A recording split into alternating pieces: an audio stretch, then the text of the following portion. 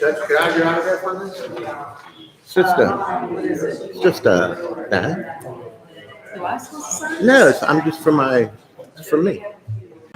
It's strange, but why? It's strange. That's a transcript when I got to use rock and roll. I'm saving it as a keepsake. Oh, okay. You did it. I got you a Sharpie so it stands out. Yeah, No, Chuck little Berry. Brett Fletcher. I'm not going to have you sign. It's not a get out of jail free card.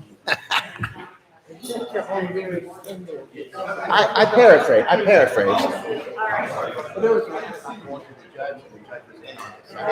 I didn't think that was appropriate. So.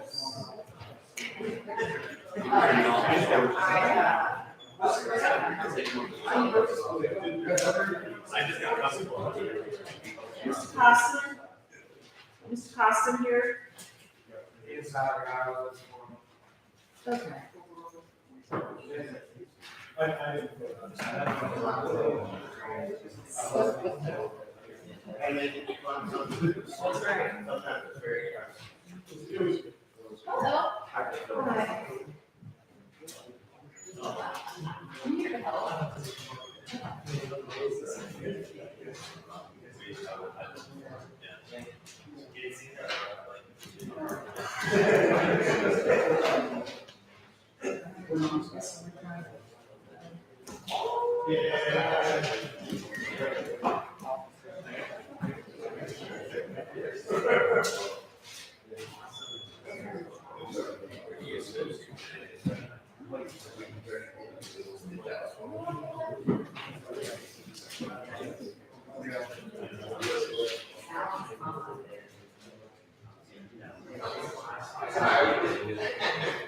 I didn't say it. It's fun. Rock and roll. Yeah, I forgot. Can I help anyone do anything while Mr. Oh. Ritchie is busy? I'm waiting on Mr. Costin for a plea, and I'm waiting on Mr. Rivera to come down for a plea. And I'm waiting on, well, Mr. Costin has both of the pleas that's ready, so I don't have anything. Unless there's some counsel that's ready on something. I'm waiting for Mr. Lee. All right.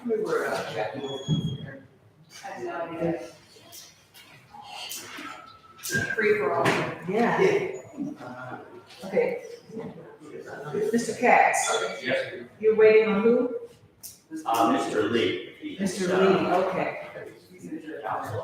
Mr. Dameron, Yes, you're sir. waiting on, are you waiting on anyone? Mr. Milford, he's being brought down. Okay, is he coming down first? Oh, who is coming down? His lawyer's not gonna run.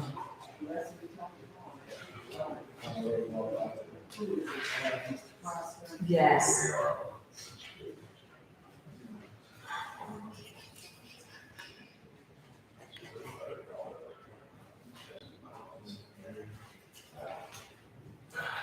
And Mr. Goldman, you have a jury trial set at 10, And a motion to suppression.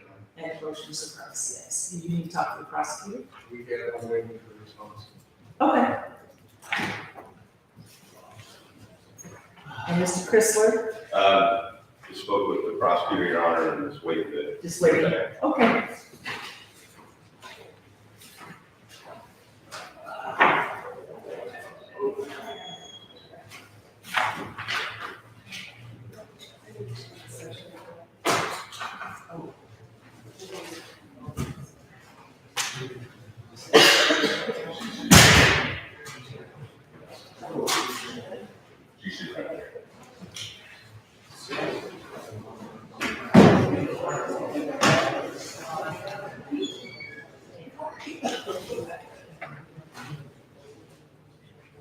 Judge, may Ms. Glazer and I approach?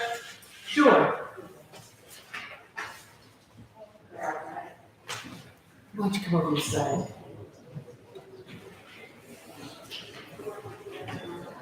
She just stepped out from there. She can please learn that as the, plea for 6 years Okay. on and you know, like, all the states. This is something that they're considered over the ballot, and she's been involved in this way. She was in the support, and I, just been here for 6 years. And it took a lot to us to get to, and this is completely satisfied with, trauma, having testified out everything, really outweighed, you know, sentence that he was facing. And this is fairly resolved, given although the allegations are in his age. He's 67. I think 67, but the main thing is he has very serious medical conditions. He's had several heart attacks, he's a failed police leader, and there's been several times since he's been incarcerated with Justice Center that they wanted to send him to UC Hospital for treatment. He also has, I have a whole list of his medical conditions in my file, but they're very serious. And most of the time when we go see him, he usually comes back from that. So I think one of the considerations with the sentence is that he's not guaranteed to live for 6 years. He's been failing health for many years.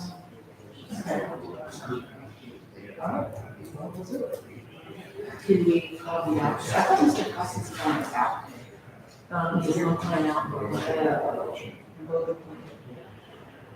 I'm just worried about this, you know, he's very out there, everybody else. And then it's all house lawyers. Way in, He thinks he's hard to do.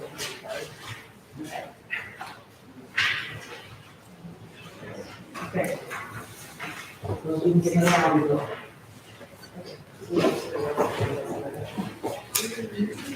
You know where we are in line, so, second.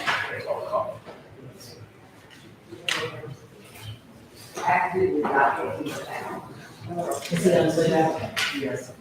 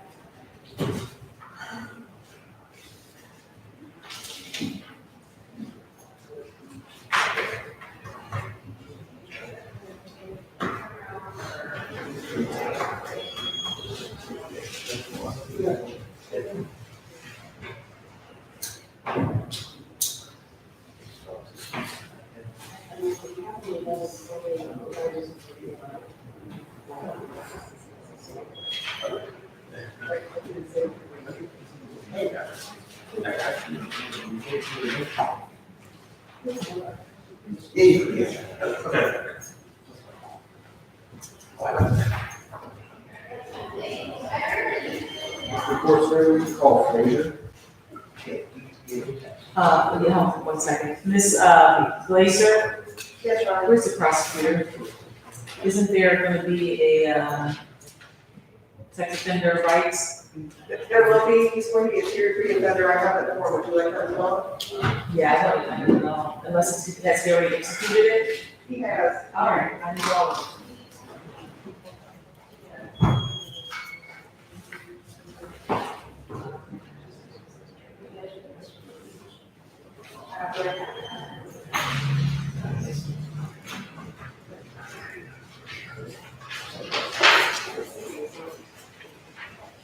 Judge Nyberg. them. Yes. Thank you.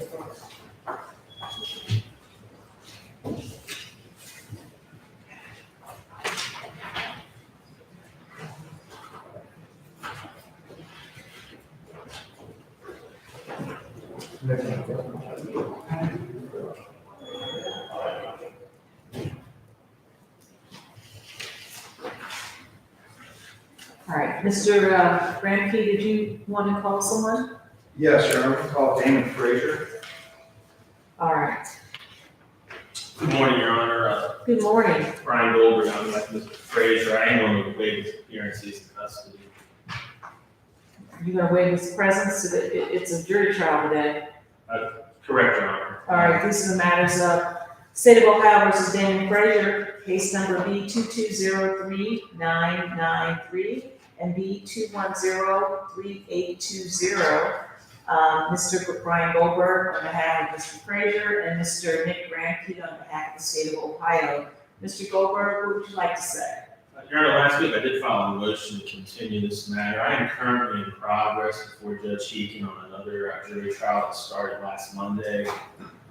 We are still in progress, probably will not be done until at least Wednesday of this week. So I did, in anticipation of that, file a motion to continue. I did notify the state as well that the motion was being filed, so I'm just unable to move forward today because of that. All right. Ms. Howard, let's go ahead and get I guess let's get a status on these two matters so that we can pick a new date, or do you want to pick a new date now? Your Honor, I'm picking a date now or if the All court right, is- well, let's go ahead and pick a date, that'd be great. Not far. Is, say any objection? No objection.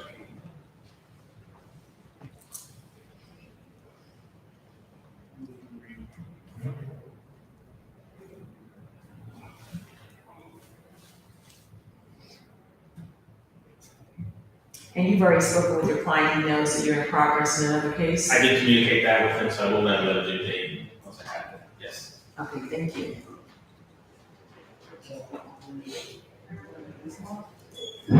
First available you get. 27th of February?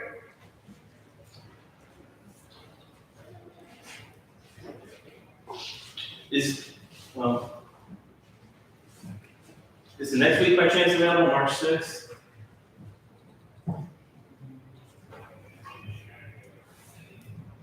I know I have another one here that day, but I believe that is probably going to be resolved.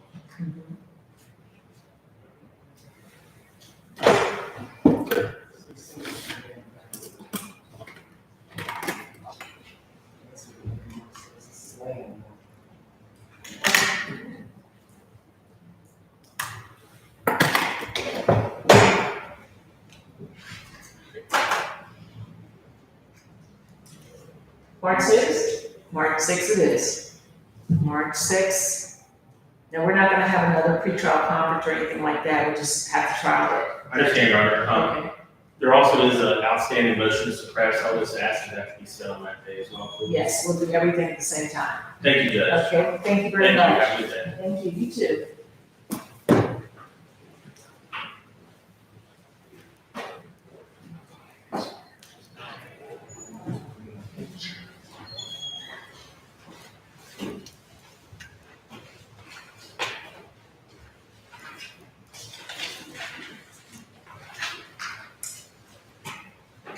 For the record, the defense motion included a waiver of speedy trial. So it will be granted.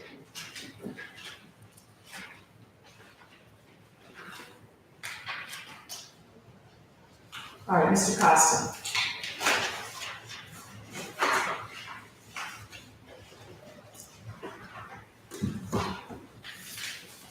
This is the matter of State of Ohio versus Kevin Barrera, case number B 22055582. Mr. Barrera is in court with his attorney, Mr.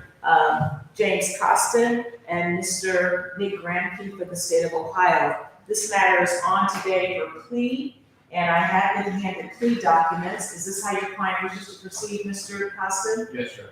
All right, is that accurate, Mr. Barrera? Yes, All right, Mr. Rivera, are you Hispanic descent? Are you Hispanic? Yes.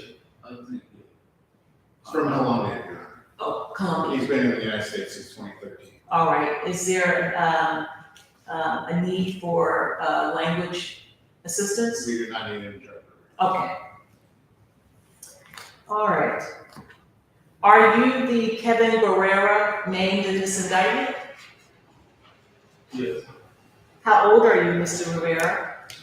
24.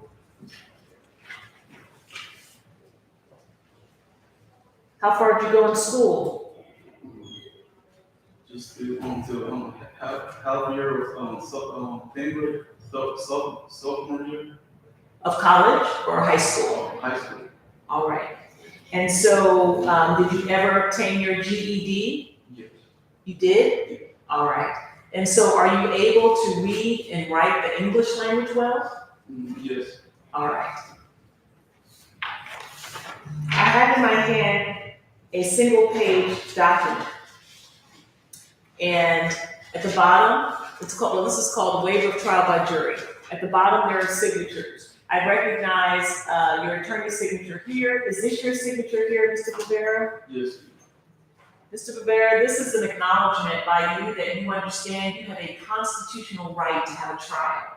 But when you sign this form, you're indicating to the court, I understand I have a right to a trial, but I want to give up my right. I want to waive my right to a trial. Is that your understanding of what you were doing when you signed this form? Yes. Did you sign this form after you spoke with your lawyer about your constitutional right to a trial? Yes. Do you have any questions about this form?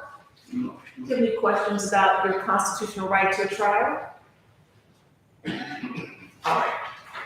Are you a U.S. citizen? He is not a U.S. citizen, Your Honor. My understanding is that he was brought here as a child from Colombia by his parents in 2013. My understanding is he's here as a legal resident under deferred action. So we checked the box saying that he is not a citizen. But I think, I'm not an expert in the area, but I think the usual warnings for non-citizens would apply. All right, thank you very much. Have you ever served in the military? No. All right. Mr. Rivera, if you are not a citizen of the United States, you are hereby advised that conviction of the offense to which you are about to plead guilty may have the consequences of deportation or exclusion from admission to the United States or denial of naturalization pursuant to the laws of the United States. Now, a broad range of crimes are deportable offenses under federal law. Deportation and other immigration consequences are the subject of a separate proceeding. No one, including your defense lawyer or the court, can predict to certainty the effect of this conviction on your immigration status. For purposes of today's proceeding, though, you are to proceed under the assumption that being convicted of the crime to which you are entering a plea will result in the automatic removal from the United States, and you will never be permitted to return. In short, and regardless of what your attorney may have advised you, you will be deported upon conviction of this crime. Do you wish to go forward with your guilty plea regardless of any immigration consequence, even if it means automatic removal from the United States and you aren't able to return? Or would you like to talk to your attorney?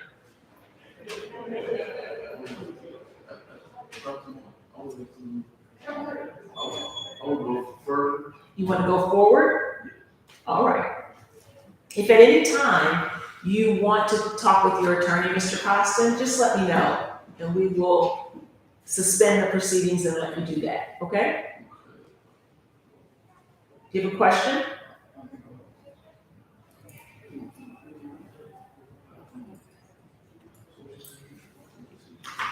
Well, what she told me is that nobody can tell you for certain. Because it's a separate proceeding. So we can't tell you. You understand?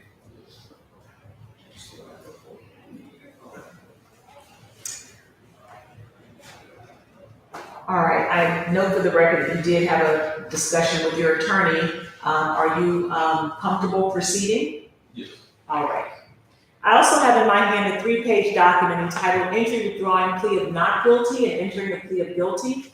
On the 3rd page of this document, there are signatures. And I recognize well, this is Mr. Granke's signature? Yes, Your Honor. All right, so now, this is the first time I've seen Mr. Granke's signature. And then this, I do recognize Mr. Costin's signature, and then up here where it says defendant, is this your signature, Mr. Rivera? Yes. All right, can you see it all right? Yes. If you need to step closer, you can. Okay. Mr. Prosecutor, would you please put on the record the party's expectation regarding this plea? Yes, Your Honor. The indictment is for one count of burglary, that is the trespass subsection. We would amend that to an attempt of that section, making the F4 and F5, Your Honor, respecting the guilty plea. All right. Mr. Acosta, that accurate? That's accurate, Your Honor. All right. Is that your understanding too, Mr. Rivera? Sir, are you under the influence of any medications, alcohol, or drugs today? Do you now, or have you ever suffered with or even been diagnosed with any type of mental health difficulties? Yes, on mayor of depression, this last time I was. Did you say depression? Mayor of depression. Okay, depression. Were you prescribed any medication to manage that condition? All right. Do you still live with that condition at this time? Not really. I see. Are you presently under any type of probation or community control supervision in this state or any other state? Has anyone threatened, forced, or coerced you in any manner into entering into this plea of guilty today? Has anyone promised you anything at all if you enter into this guilty plea today? Other than probation. All right, were you promised probation or did you just discuss it with your lawyer? Discuss those that, yeah. All right, so were you promised anything? No, like I said, promise. All right. Are you making this plea of your own free will? Now, the state has indicated that it is expected that you will enter a guilty plea to count one, and the state is asking that the court will reduce and amend this from burglary, trespass, a felony of the 4th degree, to an attempt, a felony of the 5th degree. Do you understand? Is that what you talked with Mr. Costin about before this hearing today? Yes. Did you have an opportunity to go over this 3-page plea form with Mr. Costin before this hearing today? Do you understand what it says? Yes. Did Mr. Costin answer all of your questions about it? Yes. As you stand here right now, do you have any questions about the plea form? Mr. Rivera, do you believe that you've had enough time to consult with Mr. Costin about your entire case before this hearing this morning? Yes. And has your lawyer answered all of your questions to your satisfaction? Yes. Have you had an opportunity to either review and or discuss the evidence that the state has against you with Mr. Costin? Have you discussed that or seen it with Mr. Costin?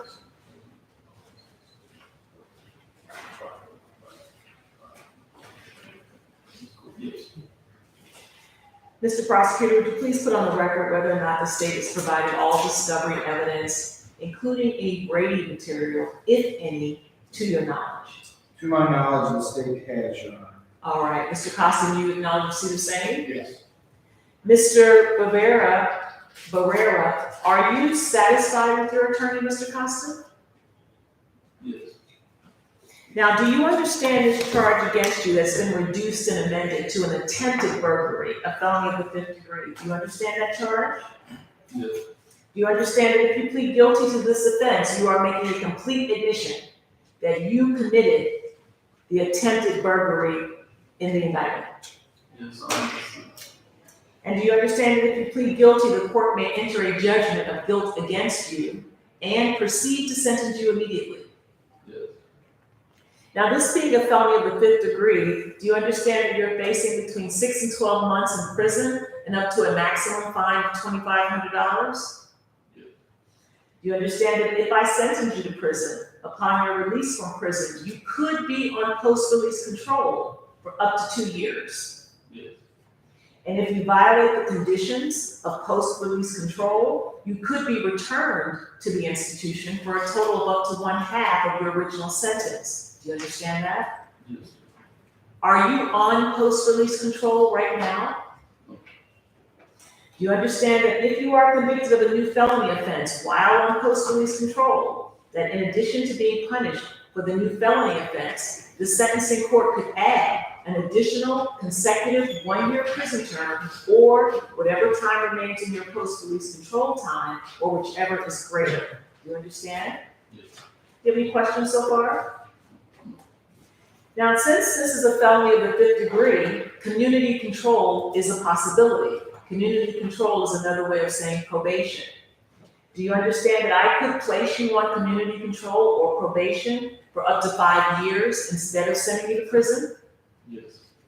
Do you understand that if you are placed on a community control sentence, you will have to abide by all probationary conditions as established by this court? Yes.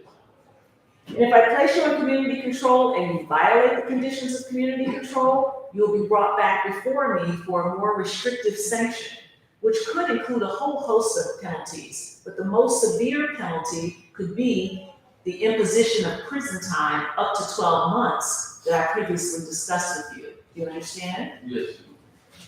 Also, if I impose court costs and you fail to pay those court costs, I could order you to do community service. Do you understand that?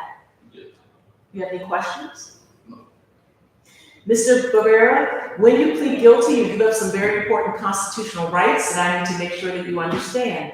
Do you understand that you have a constitutional right to have a trial, either to the court or to a jury of 12 persons? Yes.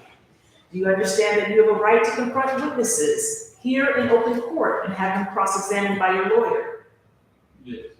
Do you understand that you have a constitutional right to have witnesses subpoenaed to come to court and testify for you? Yes. Do you understand that at trial, it's the obligation of the state of Ohio to prove your guilt beyond a reasonable doubt? Yes. And finally, do you understand that at trial, you cannot be forced to testify against yourself? Do you understand each of these rights as I explained them? Yes. Do you have any questions whatsoever about your constitutional rights? No. Do you have any questions whatsoever about anything we've discussed this morning? No. Knowing everything the court has discussed with you today, Mr. Rivera, do you still wish to enter a guilty plea to the reduced and amended charge of attempted burglary, a felony of the 5th degree? Yes. All right. Counsel, is there anything further before I accept the plea? No, thank you. May I hear a statement of facts? Yes, Your Honor. The defendant, Kevin Pereira, on or about November 8th, 2022, in the Hampton County State of Ohio, by force, stealth, or deception, trespassed in a permanent or temporary habitation of another when a person other than the accomplice of the defendant was present or likely to be present. Your Honor, this was amended to the attempt statutes. Essentially, he had kicked in the door, but he fled immediately after the homeowner was home and dogs came out and fled. I see. All right. Mr. Barrera, did you hear what the prosecutor said you did? Is it true? I'm not really. Did you kick in the door? No, I didn't when he said I basement, but that's it. I was thinking somebody was after me. I never heard no dogs or anything like that. Okay, all right. I don't care about the dogs. Yeah, one. Did you go into someone's home? I went to a basement. Yes, I went to a basement. That wasn't your home? Yes, And it was someone's home? yes, Okay. So is it true? yes. What is your plea to attempted burglary, a felony of the 5th degree? Guilty. Let the record reflect that Kevin Barrera was present in court with his attorney, Mr. James Costin, and that Mr. Barrera was informed of all of his constitutional rights and has made a knowing, intelligent, and voluntary waiver of those rights. The court finds that Mr. Barrera understands the nature of the charge, the effect of the plea, as well as the maximum penalties which can be imposed. Finding it to be voluntary, the court accepts the guilty plea and finds Kevin Barrera guilty as to count 1, reduced and amended to attempted burglary, a felony of the 5th degree in violation of Revised Code 2911.12 subsection B and 2923.02. Counsel, is there any reason why sentence should not be entered today? No, we're prepared for it. All right, I think I have to get a victim impact. Your Honor, the victim is present in court today. They would like to address the. Okay, excellent. All right, are you waiving PSI? Yes. All right, what would you like to say on behalf of Mr. Barrera? Your Honor, as you already heard, Mr. Barrera is 24 years old, and he was brought to this country by his parents in 2013 to the state of Florida. He's been in Ohio for the last 2 years. He does have a child that resides here locally with the child's mother. My understanding is that she is also pregnant. He does have a GED, which he obtained down in Florida. He is a construction worker by trade. He was trained by his family. He came here 2 years ago. A friend of his started a virtual reality type store in Kenwood. That did not work out, so he began working at DoorDash. And he was doing DoorDash. His car broke down. He's fallen on some hard times. And I think you heard that he does suffer from depression, and he ended up, he was actually in shelter at the time, and had a suicide attempt when he was arrested for this crime at a warrant out. He's been in the Justice Center now for 74 days by my count, I think. So he's taken responsibility for what happened. I think he may be a little bit confused about what happened that night because he may or may not have been under the influence and has a fuzzy recollection of the actual things that occurred that night. But he has taken responsibility. It is an F5, and we'd ask you to consider a community control sanction. This is his first felony contact with that on the warrant. Thank you. All right, thank you very much. State? Yes, Your Honor, I would like the victim to speak, but if I could briefly just discuss some restitution that will be sought. There are 3 separate restitution bills. One is for the door. This is for $723. If I may approach. Sure. Is this a stipulation? Yeah. Is this a stipulation, the objection? Yes, we have no dispute regarding the damage to the door. All right. We are, and then there will be from the state a request for some hospital bills. Your Honor, the victim was not injured in this by the defendant, but he did have some chest pains, and he can elaborate on that more just from the scare of it. He was transferred to the hospital via ambulance. So there is an ambulance bill of $1,609.69. This is still outstanding. Can I see that? Yes.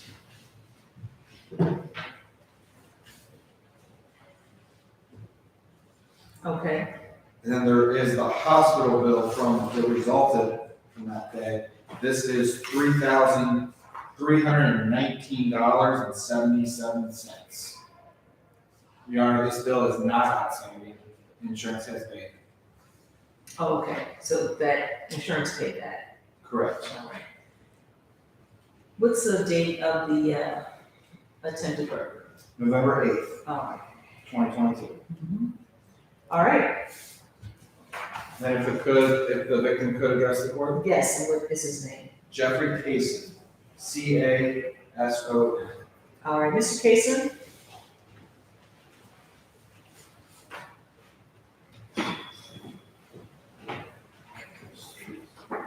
All right, if you could, I'd like to have him step over. You come to the mic, sir. Thank you, Your Honor. I don't know how to really start this, but what I'm really mainly concerned with is a man shouldn't have to do what he did that night because he left me no choice. He wasn't even a man that night. I hit him so many times because he was trying to hurt me, and it did nothing to him. He says he doesn't know what he did. I come up the steps, and I have 6 dogs or pit bull cane courses. That's the only thing that stopped him. His mission, there was no stopping him that night. I had no other choice but to hit him in the neck, and my intentions were to hurt him. And I feel really bad about that, but he was a monster. He had no clue what he was doing.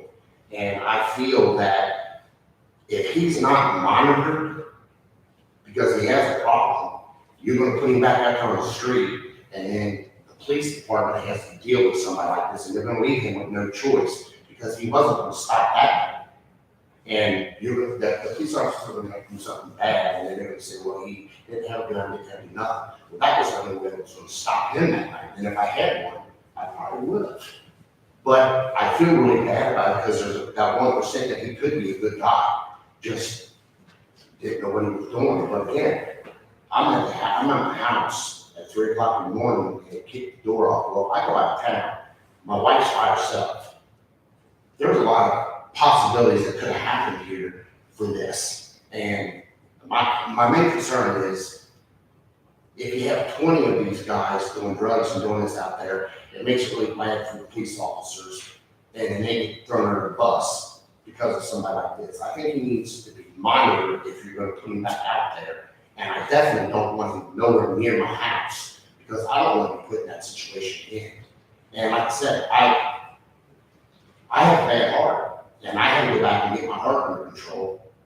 And my doctor told me I can't be doing this. Well, it's not my fault that he decided to kick my door at 3 o'clock in the morning and try to come to my house. So, there's one good thing that he didn't lose his life, and then there's 10 bad things that could have happened. And I'm here because you have the authority to make sure that this doesn't happen to another family, because that's my house, that's a safe haven where I should be able to go to sleep comfortably, not have to worry about what happened. So I just leave you with that, and hopefully he gets help and he takes care of whatever the problems he has. So, and I ask you I just don't want to see the news and see this man, something really bad happen to another family or police officers, and then something could have been done about this. Mr. Kaysen, is it Kaysen? Yes. Mr. Kaysen, first of all, thank you for being here today. And let me just say that I'm sorry this happened to you. I really am. And you are absolutely right. You have a right to be in your own home and be safe. It's a basic right, and you have a right. I'm glad that, are you doing better? I know you had to go to the hospital for your heart. Yeah, my heart doctor told me that I can't do this anymore. And like I said, I had no choice, but I gave him for a fatal shot because he wasn't stopping. He was a locomotive, and he was determined to do what he was going to do no matter what. And how now, how are you, what effect has this had on you now, you and your wife, knowing that this is happening? Well, I have mixed emotions. I feel bad because I had to put my hands on another human being like nobody should ever have to do. And I really don't think I could live with myself if I had to kill him. I feel terrible. I feel bad. I feel terrible. But on the other hand, I don't want to see nothing happen to the police officers out there that had to deal with this. Do you feel safe in your home now? Absolutely not. I don't sleep. My wife don't sleep. My dogs don't sleep. It's just been chaos, and I just hope that the man can get help and just not put another family through this. That's all I ask, and be responsible for what he gets done. Yes, sir. Thank you very much. Thank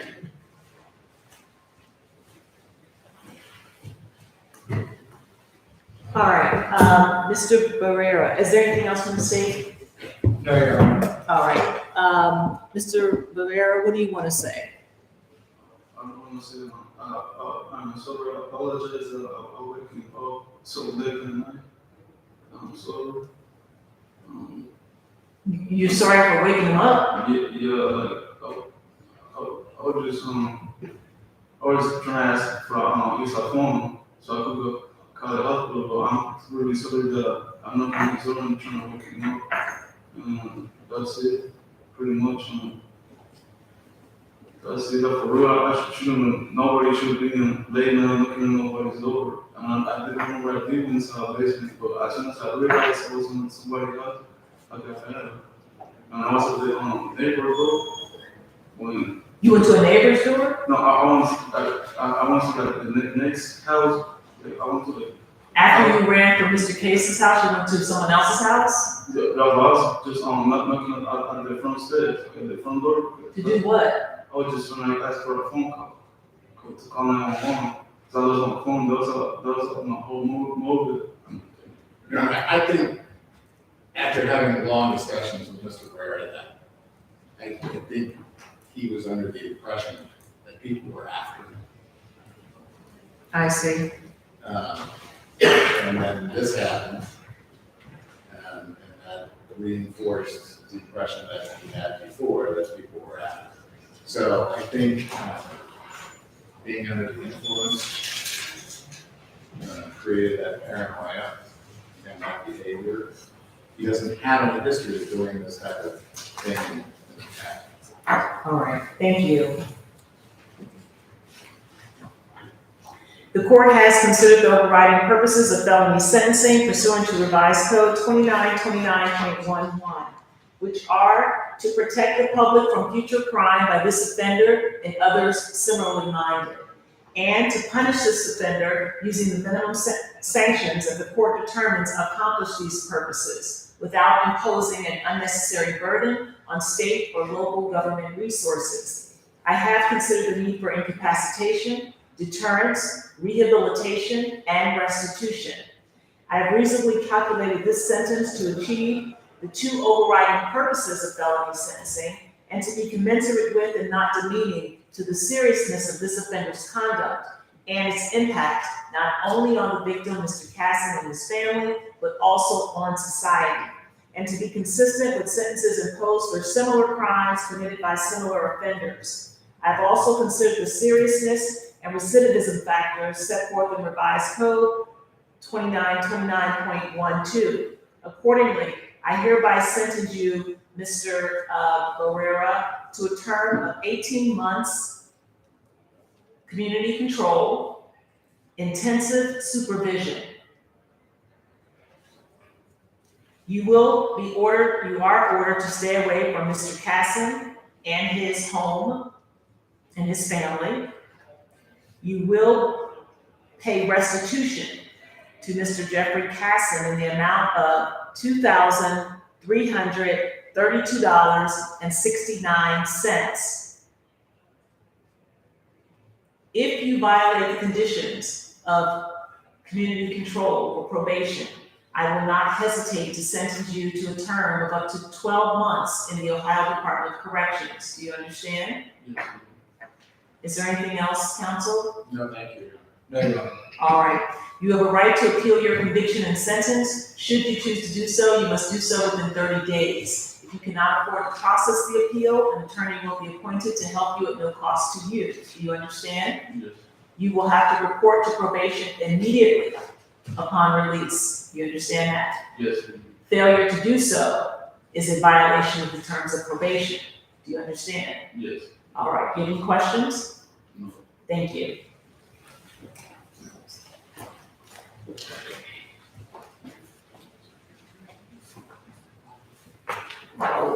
Costs and fines remit.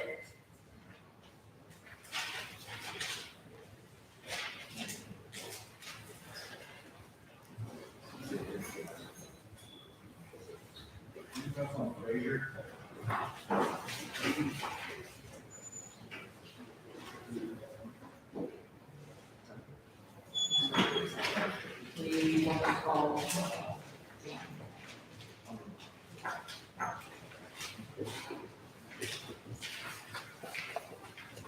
Mr. Katz, you ready? Thank you, Your Honor.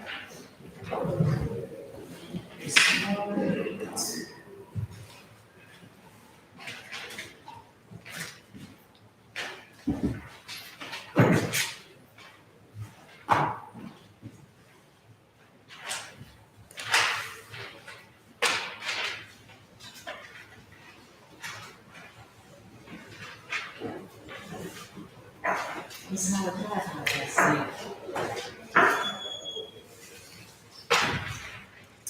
This is the matter of State of Ohio versus Rashad Blight, case number B2204-800. Mr. Randy Patz on behalf of Mr. Blight and Mr. Ernest Lee on behalf of the State of Ohio. This matter is on for status today, and we had a jury trial set in March 28th, and we had a final pretrial conference set on March 9th. What's the status now? You have discovery? Your Honor, I continue to be overwhelmed by the astounding lack of evidence in this matter. But it's not a criticism, Mr. Lee, who's been very cooperative. I'm given to understand that the main witness against my client in this matter is his now former parole officer, one Brian Schmidt, who has now left the parole authority, and Mr. Lee informs me is the director of Veterans of America. I need to contact Mr. Schmidt and talk to him so as to be able to effectively evaluate the plea negotiations put on the table by the state. I pledged to the court that I would do that before the March 9th pretrial date. All right, Mr. Lee? Your Honor, I provided Mr. Cat, Officer Smith, who just took over as director of the DOA on 15 West Macon last Sunday, I think. I spoke to him about a week and a half ago and reviewed the case again. He told me he was taking that position. I gave Mr. Cat that information to directly talk to Officer Smith, who did put a parole hold on it for life. It was under life. Okay. Well, we will proceed as scheduled to the final pretrial conference. I won't say anything else unless I hear from counsel that you need another date. Other than that, we'll just proceed on to March 9th, the final pretrial conference. Very well, Your All Honor. right, Thank you you. waive your client's presence today? Thank you. All right, thank you very much. Your Honor, if we come to a resolution, you want to give them this hour and do that? Yes, please. Understood. Thank you. Will do. Thank you, Your Honor. Thank you. Have a good day.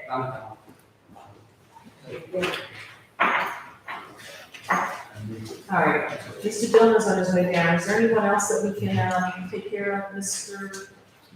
Yeah. Check on that one right now, Your Honor. Okay. Second. Perfect. And then I think Mr. Darren is going to be next. Okay.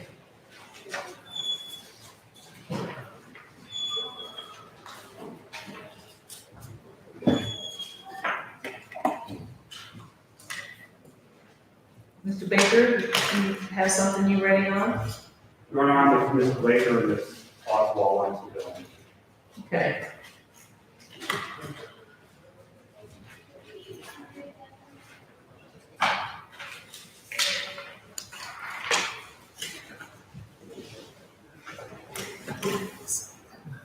All this back together.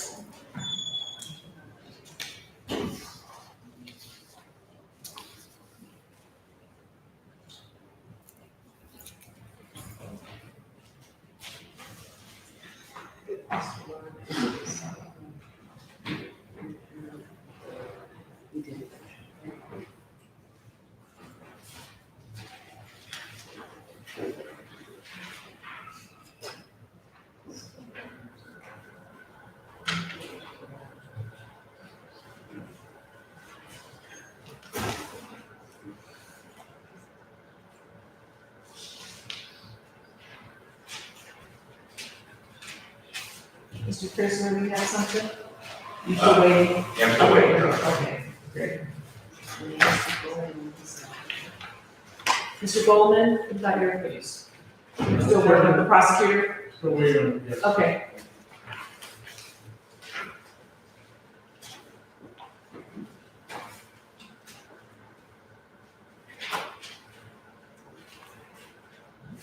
Ms. Goodman is not here. Mr. Magnus, he was here.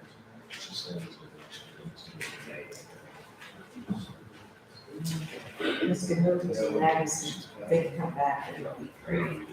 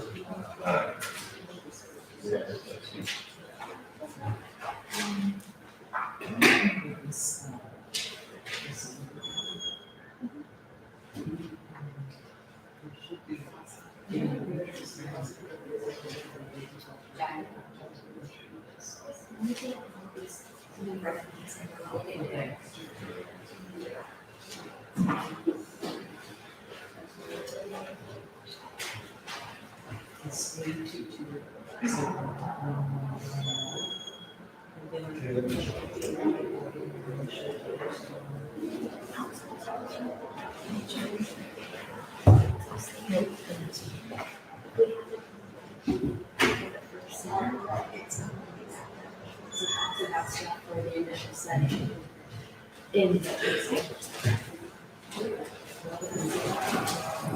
do you have it like set after the initial? Okay, I was thinking.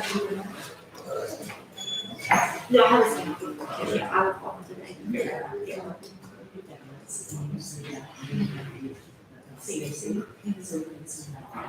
Yes.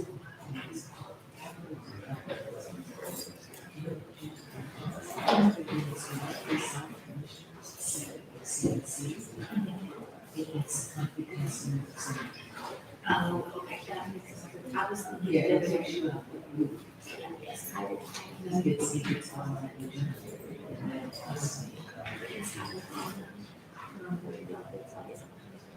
Yeah, sounds good. Thank you.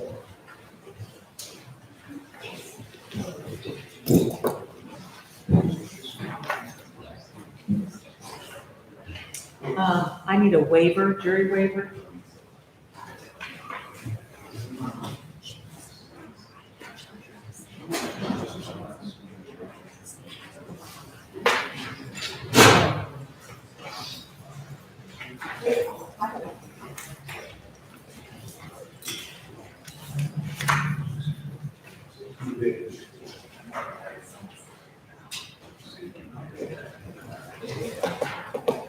All right, this is the matter of State of Ohio versus Michael Dillman, case number B 210-3230. Mr. Dillman is present in the courtroom with his attorneys, Ms. Angela Glaser and Mr. Rhett Baker, and Ms. Allison Oswald for the State of Ohio.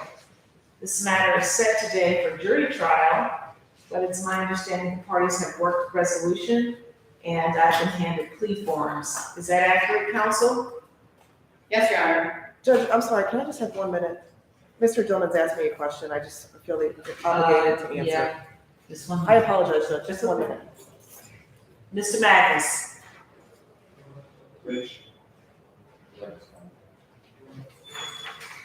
I might as well do your case.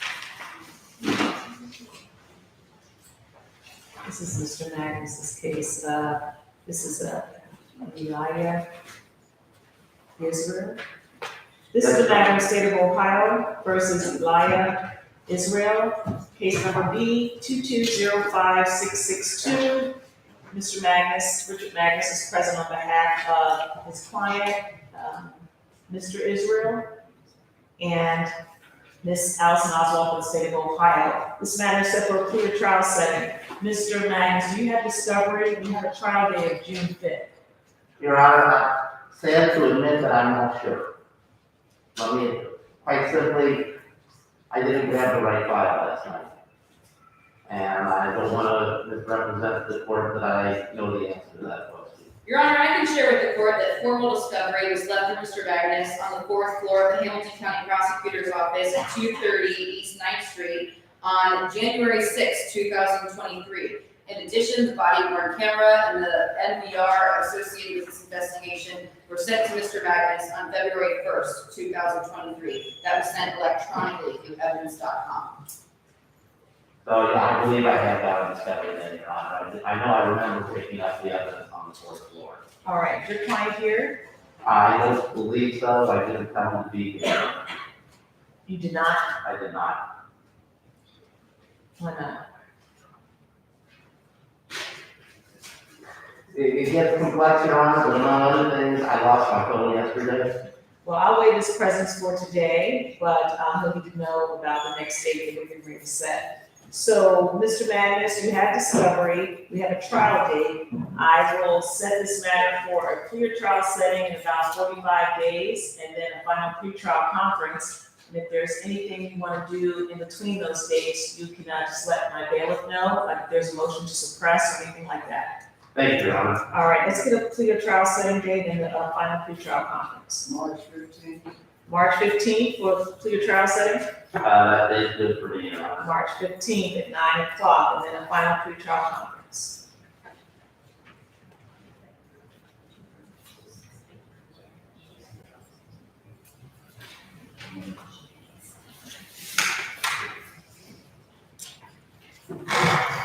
Next one, Chris.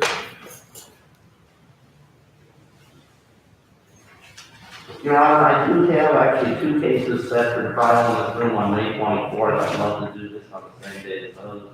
Yeah, we do final pretrial conferences on Thursday. I'm sorry, I'm looking at the wrong month. I was looking at April. Yeah, May 25th is fine, Your Honor. May 25th, all right, May 25th. Your Honor, is time waived through the trial date? I believe we did that when we set the trial date. All right, if not, is it waived? Yes, Your Honor. All right, thank you very much.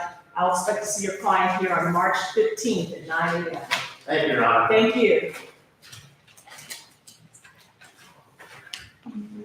All right, let's go back to Dale. You got one.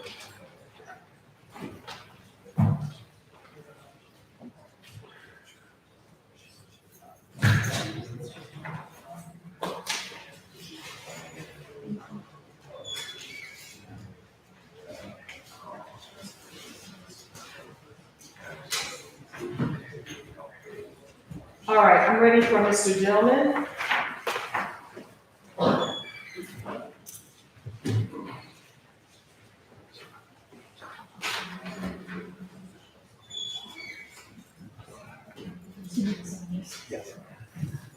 You ready?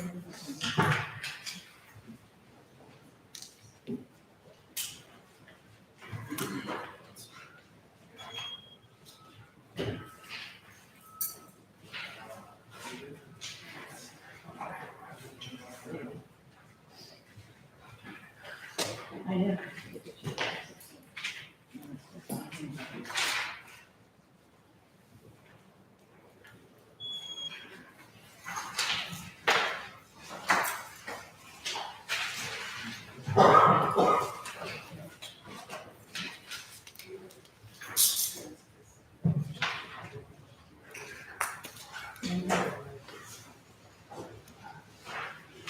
All right, are we ready to proceed?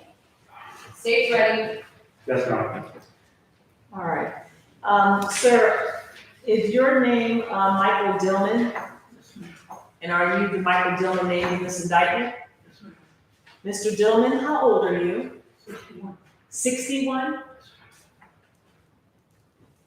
Mr. Baker, if you wouldn't mind pushing the microphone over to him a little bit more, that way I can see her. How far did you go to school, Mr. Dillman? College, Your Honor. So you're able to read and write the English language well? Yes. Do I have the waiver? Yeah, first one. Yes. Are you a U.S. citizen? Yeah. Have you ever served in the military? Mr. Dillman, I have in my hand a single-page document entitled Waiver of Trial by Jury. At the bottom, there are signatures. I recognize Mr. Baker's, I think this is Mr. Baker's signature. It is. Yeah, Mr. Baker's signature here. Is this your signature here, sir, where it says defendant? ma'am. This is an acknowledgement by you that you understand that you have a constitutional right to have a trial, which was set for today. But when you sign this form, you're indicating to the court, I understand I have that right, but I'm waiving or giving it up. Is that your understanding of what you were doing when you signed this form? Yes, ma'am. Did you sign this form after consulting with your attorneys about your constitutional right to a trial? Yes, ma'am. Do you have any questions about this form?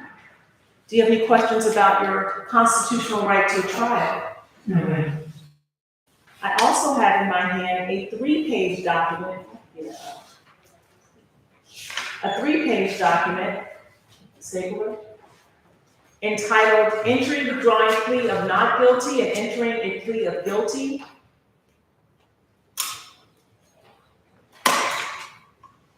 On the 3rd page, there are signatures.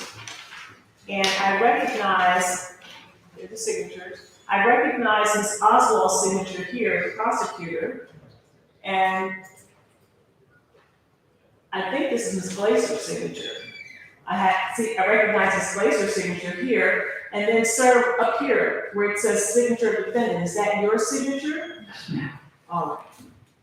Madam Prosecutor, would you please, before I do that, this is not just an entry withdrawing plea of not guilty and entering a plea of guilty, but at the top here, it says agreed sentence plea, which tells the court that there is a sentencing recommendation that you have agreed upon with the state. Is that your understanding as well? Yes, ma'am. All right. Madam Prosecutor, would you please put on the record the party's expectation regarding the plea? Your Honor, this is a 14-count indictment in consultation with the victim listed in the indictment, as well as the lead detective and the prosecutor's office. The state and the defense entered into an agreement whereby count 12 of this indictment will be amended to a sexual battery under 2907.03A5, and the defendant will plead guilty to count 12 as amended. We further understand that the defendant will plead guilty as charged to count 14, which is also a sexual battery. These are two separate and distinct incidents, and the agreement between the parties is that each count, we would recommend a 36-month Ohio Department of Corrections sentence to be served consecutively for a total of 6 years in the Ohio Department of Corrections. The victim is present in the courtroom and would like to address the court at the appropriate time. All right, thank you very much. Counsel, is that accurate, Mr. Baker, Ms. Glaser? Yes, Your Honor. All right. Is that your understanding as well, Mr. Dillman? Sir, are you under the influence of any medications, alcohol, or drugs today? Prescribed medications for all my conditions, but no alcohol or anything else. All right, thank you. And are any of those prescribed medications, do they affect your ability to comprehend or think clearly? No, ma'am, I'm diabetic, but I'm perfectly fine to comprehend everything before me. All right, thank you very much. Do you now, or have you ever suffered with or even been diagnosed with any type of mental health difficulties? Are you presently under any type of probation or community control supervision in this or any other state? No, ma'am. Has anyone threatened, forced, or coerced you in any manner into entering into this plea of guilty today? No, ma'am. Has anyone promised you anything at all if you enter into this guilty plea today, other than the dismissal of certain counts of the indictment? No, ma'am. Are you making this plea of your own free will? Now, the state has indicated that there have been plea negotiations and that you would be entering a guilty plea to a reduced and amended charge, not reduced, but amended charge of sexual battery in count 12, and plea as guilty to sexual battery in count 14, both felonies of the 3rd degree. Is that what you talked with your lawyers about before this hearing today? Did you have an opportunity to review and go over and read this 3-page plea form with your attorneys before this hearing? Do you understand what it says? Yes. Do you have any questions about it? No. Did your lawyers answer all of your questions about it? Now, Mr. Dillman, do you understand that while you and the state have presented to the court a recommendation regarding sentencing, do you understand that I don't have to accept it?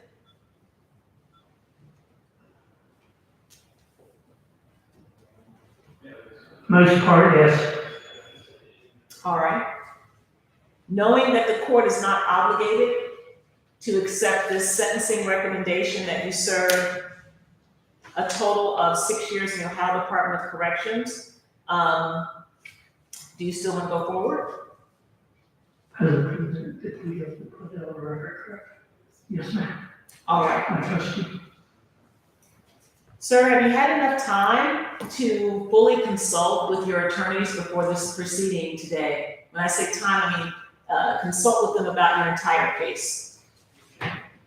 I consulted with them about the entire case and we put the plea deal as far as what we just within the last couple days gone over it.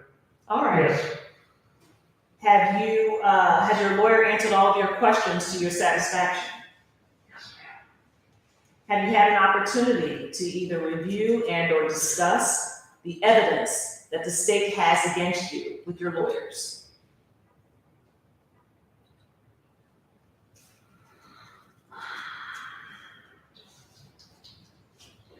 to the best of my knowledge, what has been given to me. All right.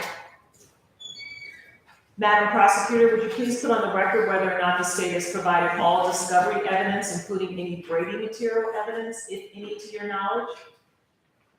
Your Honor, I have provided all of the discovery related to this case to Mr. Dillman's 3 separate attorneys he's had during his period being charged with these crimes, including any Brady material that was to my knowledge. I'm the only one who handled this case. I handled all the discovery, and I can represent that counsel has been given everything. There were some materials that were marked for counsel only, which should have never been provided to Mr. Dillman, but it was provided to his attorneys. All right. Counsel, you acknowledge receipt of same? We do, Your Honor. Yes. All right. Mr. Dillman, are you satisfied with your attorneys, Mr. Baker and Ms. Glaser? Yes, Your Honor. All right. Do you understand the charges against you? Count 12 that has been amended from unlawful sexual conduct of a minor to sexual battery, a felony of the 3rd degree. Do you understand that? And do you understand the charge in count 14, which was charged as sexual battery, a felony of the 3rd degree? Do you understand that if you plead guilty to these offenses, you are making a complete admission that you committed the allegations contained in these 2 counts of the indictment? Do you understand that if you plead guilty, the court may enter a judgment of guilt against you and proceed to sentence you immediately? Now, both of these being felonies of the 3rd degree, do you understand that you are facing up to 60 months? So that's 12, 18, 24, 30, 36, 42, 48, 54, or 60 months on each count, and up to a maximum fine of $10,000 on each count. Do you understand that if I sentence you to prison, upon your release from prison, you will be on post-release control for 5 years? Is that total or on each charge? That's total. Do you understand? And if you violate the conditions of post-release control, you could be returned to the institution for a total of up to 1/2 of your original sentence. Do you understand that? Are you on post-release control right now? No. Do you understand that if you are convicted of a new felony offense while on post-release control, that in addition to being punished for the new felony offense, the sentencing court could add an additional consecutive 1-year prison term, or whatever time remains on your post-release control time, or whichever is greater. Do you understand that?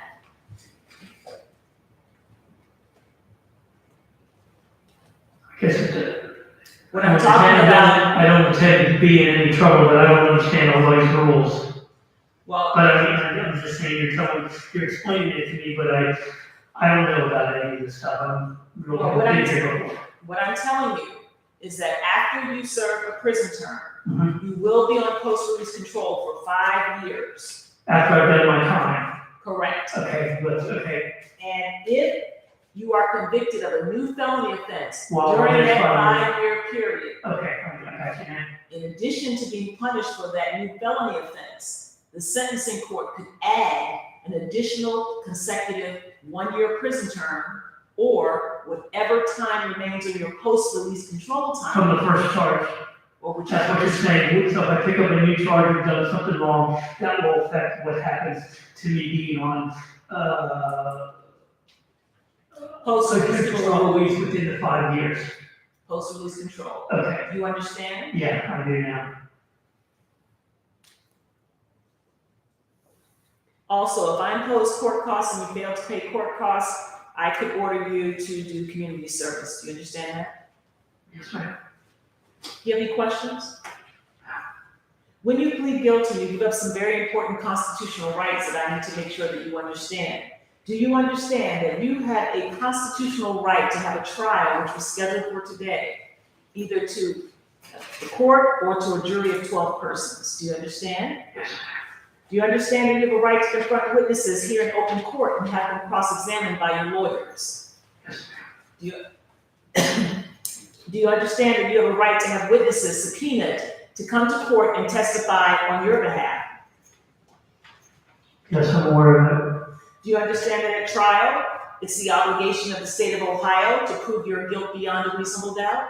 Yes, And finally, do you understand that at trial, you cannot be forced to testify against yourself? Do you understand each of these rights as I've explained them? yes, ma'am. Do you have any questions whatsoever about your constitutional rights? No, ma'am. Do you have any questions about anything we've discussed today? The defendant would like to withdraw his motion that he filed for ineffective assistance of counsel. All right, thank you very much. That is granted. Is there any questions you have? If my victim has a statement, I would like to address that in a final say-so of apology to her. I appreciate your request. Do you have any questions? I'm sorry I'm here before you. My victim knows that. Do you have any questions? Knowing everything the court has told you and discussed with you today, Mr. Dillman, do you still wish to enter a guilty plea to count 12 amended to sexual battery and count 14 sexual battery as charged? Yes, ma'am. All right, counsel, is there anything further before I accept the plea? Nothing on the plea, Your Honor. May I hear a statement of facts? Understanding the defendant waives all defects, reissuance, and rearrangement of the amended charge of sexual battery under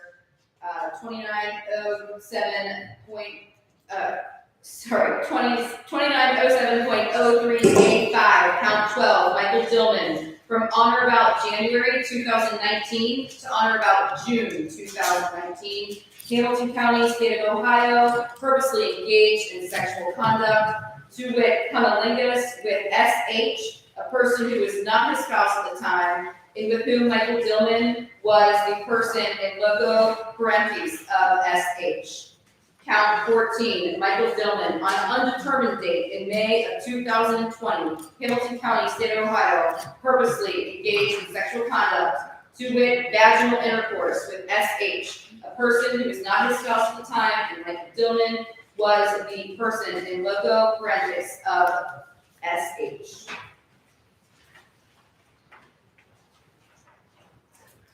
Mr. Dillman, do you hear what the prosecutor said you did? Yes, ma'am. Is it true? Yes, ma'am. What is your plea to count 12, reduced to sexual battery of felony in the 3rd degree? Guilty on the felony 3rd, Your Honor. What is your plea to count 14, sexual battery, felony in the 3rd degree? Guilty, Your Honor.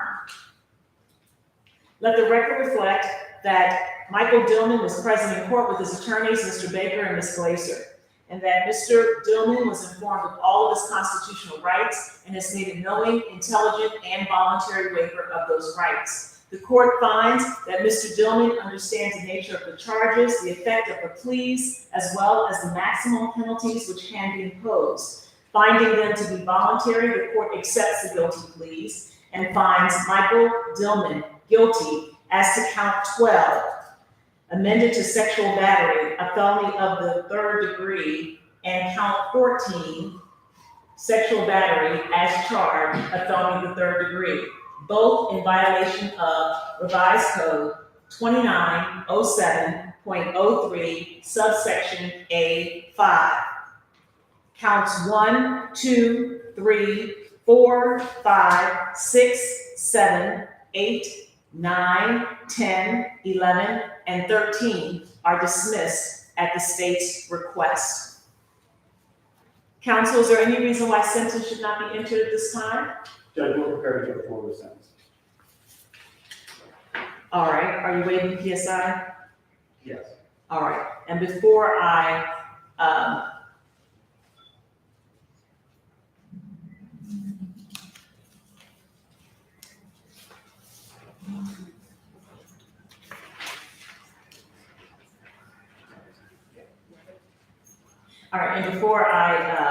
ask what you want to say, I want to be clear that Mr. Dillman understands that he will be required to register as a Tier 3 sex offender or child victim offender registrant.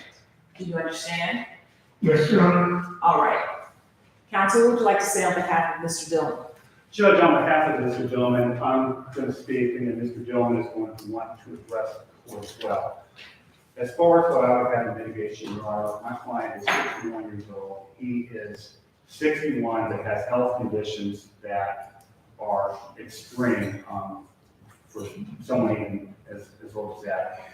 He records stage 4 kidney failure, heart disease, high blood cholesterol, high blood pressure, high cholesterol, congestive heart failure. He has a pacemaker. He's had that since 2008. He had that in place. He's had open heart surgery in 2008 and a heart attack in 2014. These are legitimate health issues Mr. Dillman has. He has agreed to take a plea knowing he's going to go to prison. It may well be a life sentence if the agreement is imposed because of his health issues. He accepts that and understands that. He has significant remorse for what happened. He will address the court about that. Notwithstanding the motion to get addressed, end of the day, I would say that he's been a pleasure to work with. I have compassion for him. He knows that he's done some wrong things. He has remorse for it. He does not have a significant criminal history at all. In fact, certainly doesn't have anything like this on his record. He has been a productive citizen as far as work. He has been affiliated with a construction company. Most recently, prior to his incarceration, I believe he's owned a construction company before and has always worked and has always been productive. And he did, notwithstanding his offenses, had a lot to do with supporting his family that is ultimately victimized, but he also does a lot financially to help people as well. That's all I would say in mitigation. It is an agreed sentence. We would ask the court to impose that. If Ms. Glazer has anything to add, she could, or if Mr. Dillman Service would like to speak as well. All right, Ms. Glazer, anything you want to add? Judge, we also are going to ask that the court accepts an affidavit of agency. There's one other issue that I thought of as well. Certainly, he has a significant amount of jail credit in Hamilton County. There are, I believe, correct if I'm wrong, 18 days of jail credit from his being extradited. He was actually on a vacation out of the country when he found out about it, turned himself in and spent 18 days in a Texas jail. We can verify put that for the court at a later date with the motion if needed, but we would ask the court to consider that now as well. All right, thank you very much. Anything, Ms. Glazer? Nothing further, Your Honor. All right, thank you very much. State? Your Honor, would this be the appropriate time to have the Yes. provider make a Well, statement? if the state wants to say anything first, or the victim, and then I'll let Mr. Dillman speak. Judge, I will just remind the court that while Mr. Dillman does have significant health issues, he had all those health issues when he preyed upon the victim from a very early age. Those health issues didn't stop him abusing and manipulating a young girl who was desperate for a father figure in her life. We are asking you to follow the agreed sentence because it is going to be more fruitful for the victim to be able to close the chapter out on Michael Dillman today. It ends today. His manipulation ends today. And we ask you to follow the agreed sentence, and I would invite the victim up to speak at this time. All right, Mr. Dillon can step over here.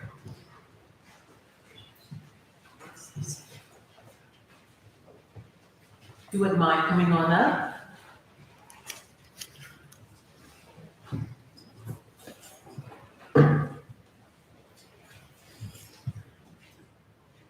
Ms. Howard, can you give Ms. Oswald a sticky? I want Ms. Oswald to write her name down, but I just want you to use your initials, okay? All right. What are your initials? SH. Okay, can you put the microphone down so I can hear you? SH. SH. All right, thank you very much. What would you like to say? I would like to say that as of today, I can finally be free of what you put me through. And I'm grateful to say that for the first time in my life, in front of you, I can tell you I'm disgusted by you, repulsed by you, and I'm grateful that I don't have to see after this morning. I'm aware that I often said things to make you feel better because you have told me that's what you wanted to hear. And I'm grateful now that I no longer want to commit suicide before my 18th birthday because I'm so afraid of being with you the rest of my life. I hope that you sit with that and that you recognize that what you did was wrong. I hope you keep your second promise to me and just stay as far away from me as possible because you are a coward and a pitiful person to do what you did to me. Let me say to you, thank you. Let me say to you that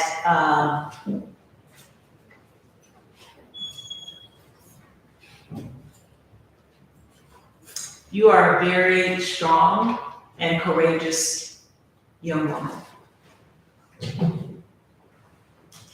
And I hope that today's hearing will bring you peace and healing.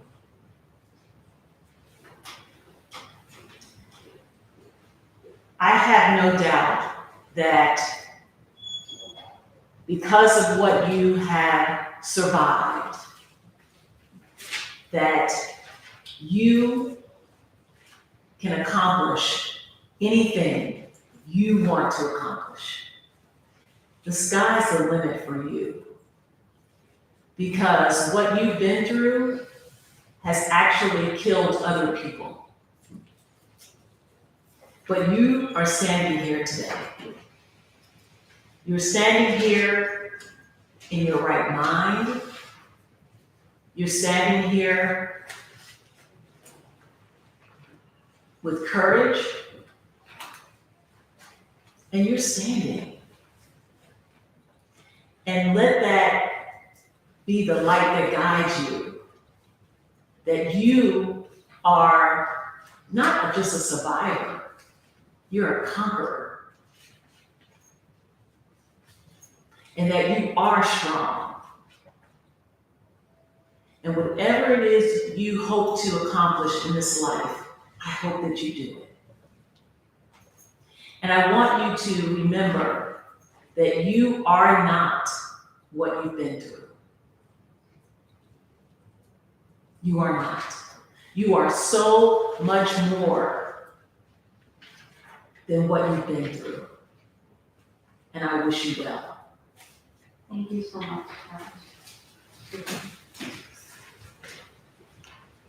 Detective, do you want to say anything? Detective Dumont is here, he led the investigation, and that is all from the state, Judge. All right, thank you very much. I have Mr. Dillon come back to the podium.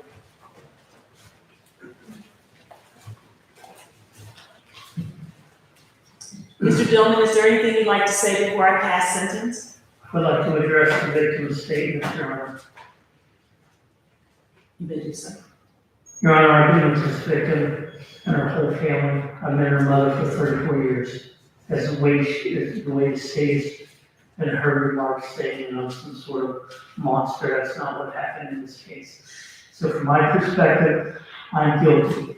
Okay, but the bottom line is what really happened. She's saying she's a victim of this and she's been forced and all that. The text messages, we were supposed to have gotten married. I fell in love with her, Your Honor, and I'm sorry for that. I know I want to talk because they got me portrayed to be some sort of sick, wacko person. Be And that's not the careful, case. be careful, I am. be careful. I am, Your Honor. I want to speak. The victim has had her statement, and I'm sorry she feels that way. I really believe she cared about me, not because of what happened, but we did things together, and it wasn't just sex. She agreed to marry me. Okay, we grew up together. It was a love story. I should have never fallen in love with her. I'm not saying my actions were right, but it's not just one of these things. Do you want me to agree to disagree, please? Because I've already given you notice that I do not have to. Do you want me to? Keep talking. I'm sorry for my actions. Let him talk. Go ahead, Mr. Dillman. My goal was to not create all these problems that she is going to have. She's young, she's got the rest of her life to live. I don't want her to go through life. I know she wants to get this chapter over with. It's not the kind of chapter that I wanted to happen, Your Honor. I really wanted to marry her. I really did. I fell in love with her and I made a mistake. I thought that's what she wanted as well, but obviously today before she says no. That wasn't the case, and I manipulated her and I heard her words. I disagree because that's what I wasn't led to believe. I'm not saying what I was led to believe was right or wrong, it was wrong. But that's not how I feel inside. I feel like a bomb's just been dropped on me. She's felt this way all along, and now I'm just finding out really what she believes. I'm 61 years old, Your Honor. I had no clue that she didn't want me. She could say at any time, I don't want this, I want to go on. And I wasn't like that. I sat down with her many times. I'm sorry, Your Honor. I want her to do well. I wish her the best of life. And when I get out, I know I have to stay away, and that's what's sad. Because I've been with her and her mom and her family, and that's what hurts me the most with this. Is I won't be around. I don't want to have anything more to do with you. Is there anything else? No, ma'am.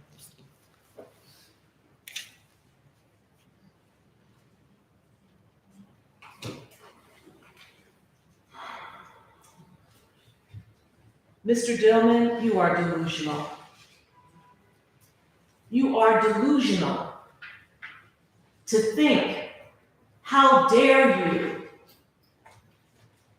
come in here and say, put any type of responsibility on the victim. How dare you? I read the JFS reports. You remember we had a hearing about that? Yes, ma'am, I do. And I told you I came in on the weekend And and I read thousands of pages of JFS records. 378. So I know what was going on, what was reportedly going on in that home.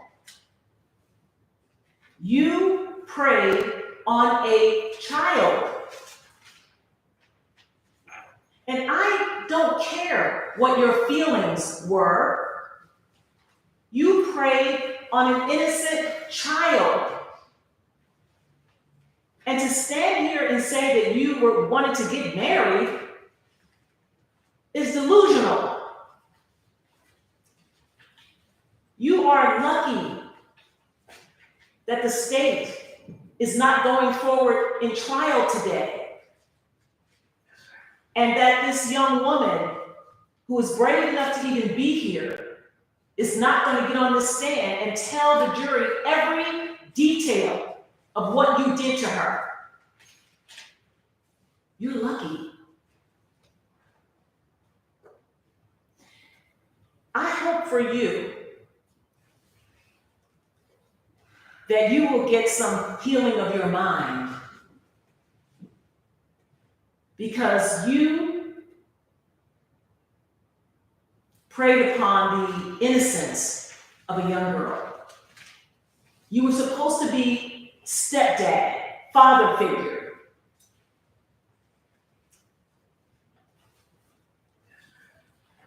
And you violated her in her home many times. The place where she's supposed to be safe. You did that. So don't come in here and put any responsibility on her. I hope that you get your mind healed.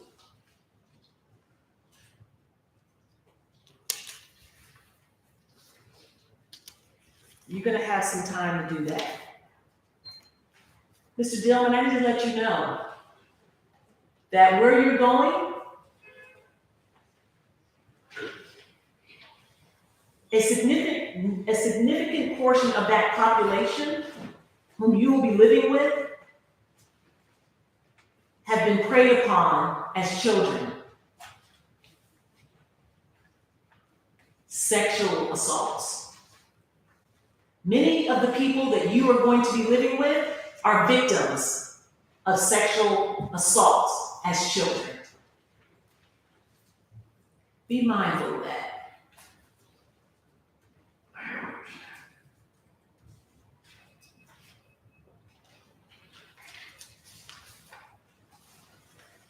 The court has considered the overriding purposes of felony sentencing pursuant to revised code 2929.11, which are to protect the public from future crime by this offender and others similarly minded, and to punish this offender using the minimum sanctions that the court determines accomplish these purposes without imposing an unnecessary burden on state or local government resources. I have considered the need for incapacitation, deterrence, rehabilitation, and restitution.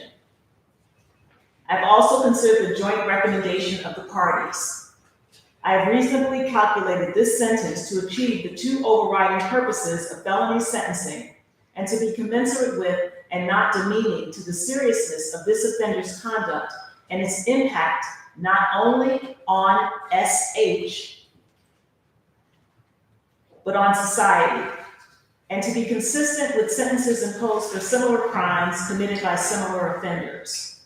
I've also considered the seriousness and recidivism factors set forth in revised code 2929.12.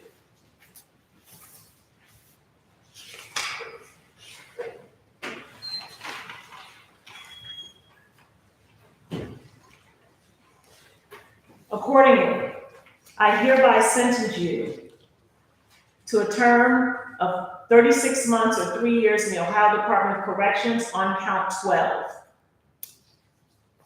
and to a term of 36 months or 3 years in the Ohio Department of Corrections on count 14. The terms shall run consecutive to one another for a total sentence of 6 years in the Ohio Department of Corrections, with credit for jail time served of 473 days. I find that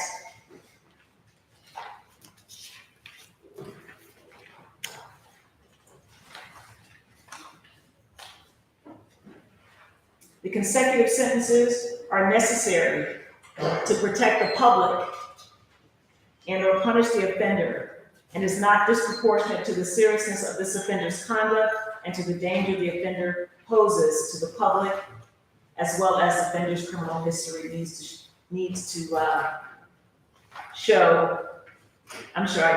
a need to protect the public. You will be on post-release control upon your release from prison for a total of 5 years. I need to explain your duties as, to register as a sex offender or child victim offender. You have been convicted of or pled guilty to a sexually oriented offense and or child victim offense as defined in Ohio Revised Code 2950.01. And you are a Tier 3 sex offender, child victim offender registrant. Is this the right one? This is how it is yours.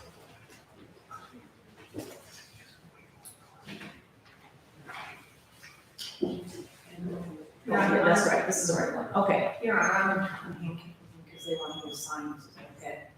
To sign what? You already signed that. You already Yes, signed. they were going to. Oh, okay, Make sure you're okay with it. thank you. You are required to register in person with the sheriff of the county in which you establish residency within 3 days of coming into that county, or if temporarily domiciled for more than 3 days. You are also required to register in person with the sheriff of the county in which you establish a place of education immediately upon coming into that county.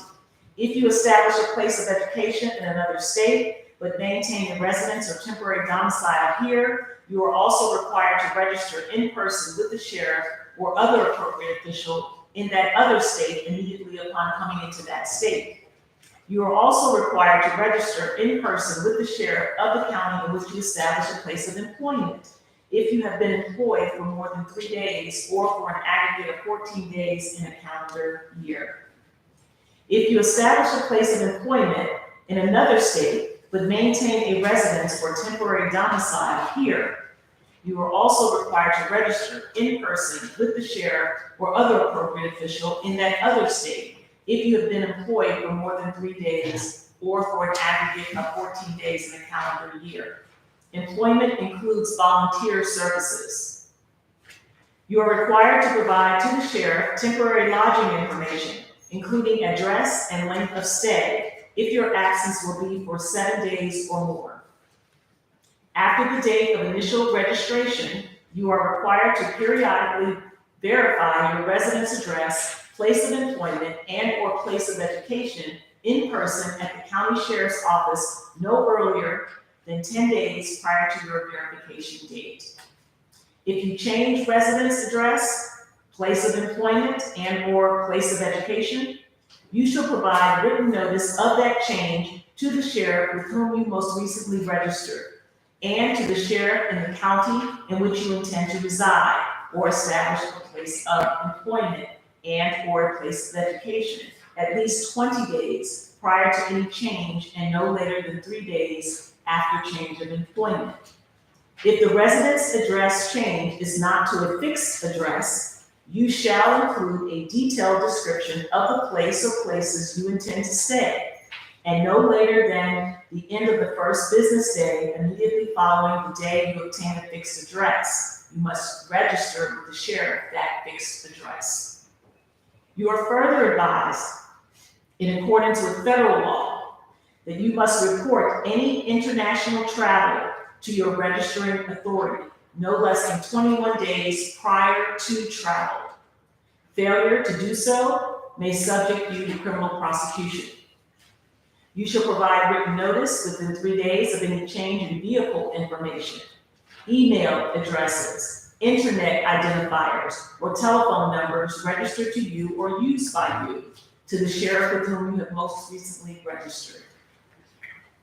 Depending upon your designation, you are required to comply with all of the above described requirements for the following period of time and frequency. As a Tier 3 sex offender or child victim offender registrant, you are to comply with these requirements for your lifetime and in-person verification every 90 days. Since your expected residence address, as stated above, is located in Hamilton County, you shall register in person no later than 3 days after your release with the Hamilton County Sheriff's Office located at 1000 Main Street, room 260, Cincinnati, Ohio, 45202. failure to register, failure to verify residence at the specified times, or failure to provide notice of a change in residence address or other required information as described above will result in criminal prosecution. I take it, Mr. Dillon, you have read this as you have already signed it with the date of February 4th. Is that your signature? Yes, ma'am, I read the whole document you just read. All right, thank you very much. I will sign it and then you will get a copy of it. Is there anything else before I advise on his rights? Your Honor, I'm the first one to have David Benitez. Yes. Thank you. All right, We would ask court to accept that, there's no mandatory fine, but court costs are still a potential issue, we would ask court to waive those. I will accept the affidavit of indigency and I will waive remit the costs and fines. You have a right to appeal your conviction and sentence. Should you choose to do so, you must do so within 30 days. If you cannot afford to process the appeal, an attorney will be appointed to help you at no cost to you. Do you understand? Thank you. Thank you, Your Honor. Thank you. Thank you, Your Honor. Thank you.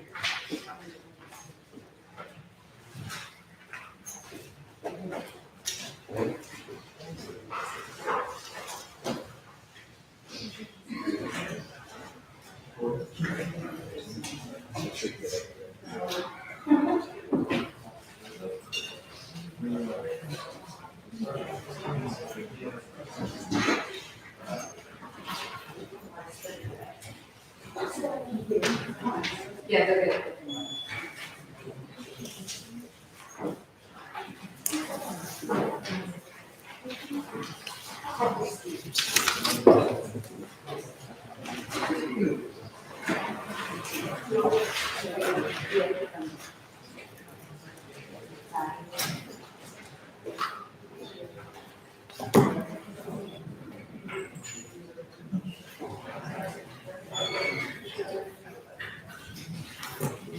Mr. Crosby, who would you like to go next? Your Honor, if we could, briefly speak about Johnson, just approach. Sure. Yes. Just on that. I'm not ready. Sorry, I'll look right over here. Yeah, sorry. Then I have this. Johnson, simple motions across this jury trial. He's seeking this counsel. He's got a motion to suppress. I understand what's going on. I feel it's not just me. My officer, is raising for free continuance on Wednesday to get it onto that docket system, which means that briefly prepared. Maybe we'll look at this. For Wednesday. Not after judgment, the jury trial, after reserves. Yeah, after the trial certification. Okay. Let's see.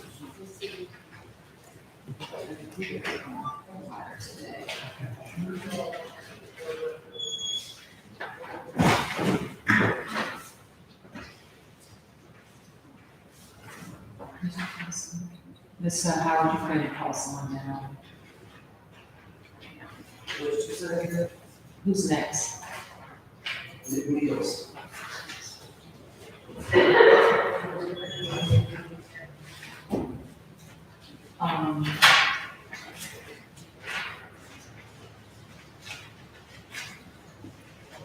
So you preserve the Well, when we do the motion to suppress the reserve, the right to get a trial, it would be a bench trial. It would be a jury trial. And will continue this because of the officer? Your Honor, it's, yes, myself and the officer, but the officers, it's me when I got, that's a big judge rush over here. It's not that it is a particular administrative hearing, more for in regards to that particular administrative issue. Okay. I don't think we can do it Wednesday, can we decide? We're trying to schedule a motion to suppress as soon as possible. Yeah.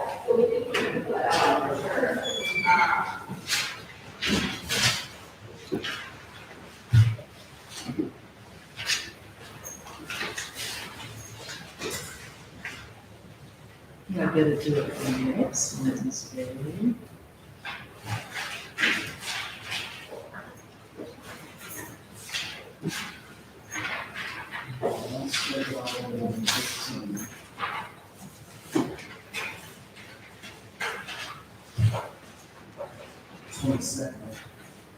You might better do it for next Wednesday, right? Judge, next Wednesday, I can do next Wednesday, but I'm gonna just make you wait. If we can stand other hearings, I want to schedule for later in the evening at 11 o'clock or something. Okay. Which days out? Did you say the 15th? Yeah, either. Yeah, that's what I'm talking about. 15.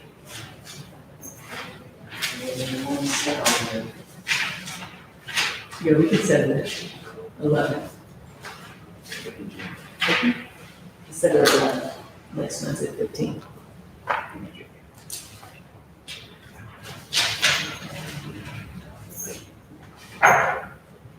Two 15 and 11. All right.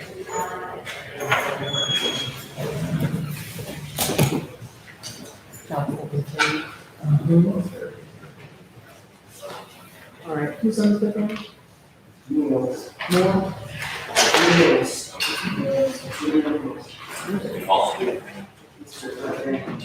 Okay, and then, Chrysler, we ready? Yeah.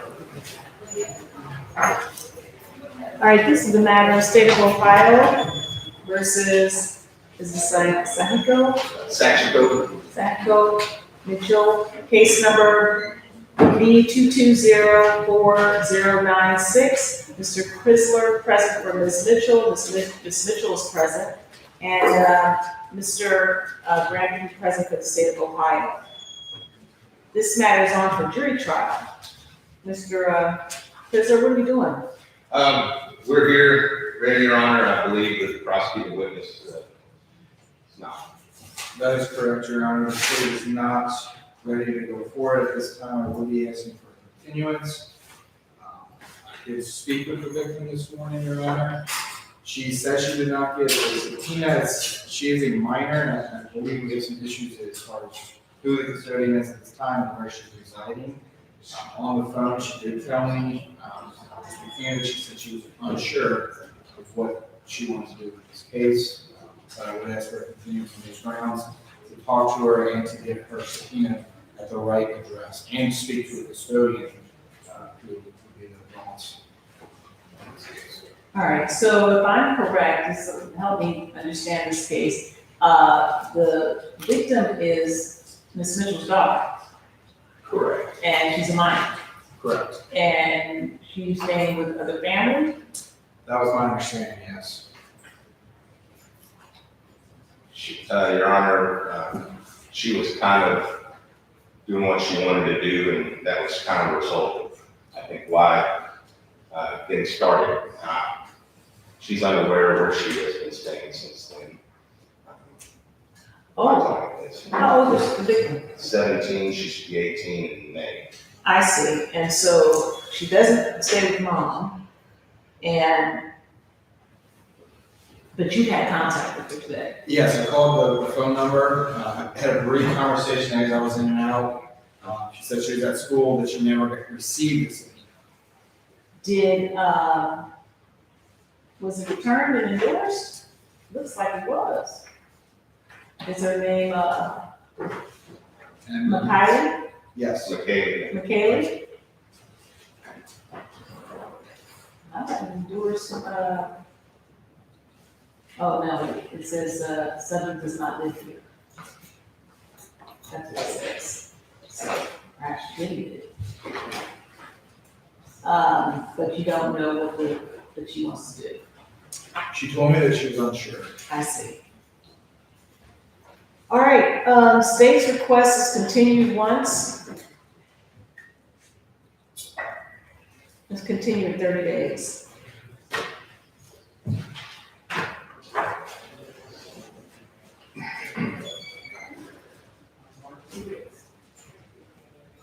March 6th. March sixth. March, that works, Your Honor. All right, so what we're gonna do is, state will subpoena, the victim does not show on that date, matter will be dismissed. Thank you, Your Honor. All right, we'll see you March sixth. Time waive? Yes, sir. Thank you.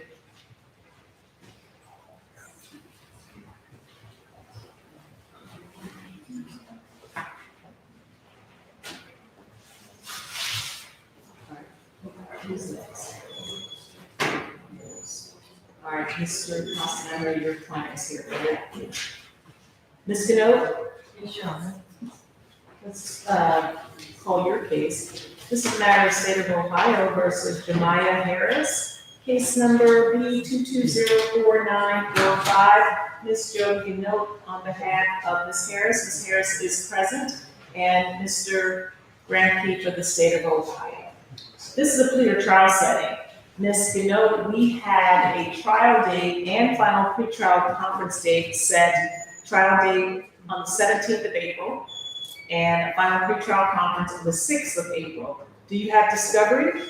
I think I have primarily all the discovery to my knowledge. I don't know if anything else pending. All right.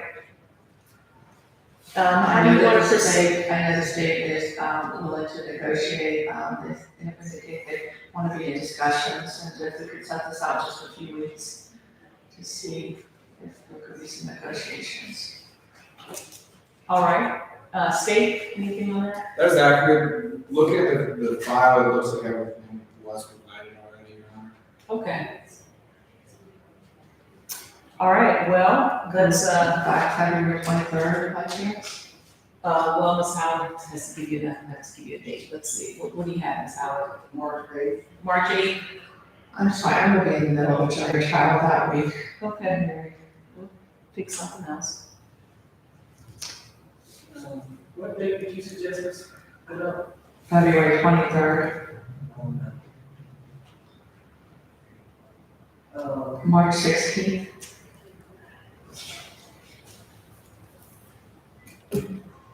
How about March 15th? I'll just be able to relax and come over after May. Oh, no. How about March 13th? Bad. It's bad, and the trial will likely go into the next week. Okay.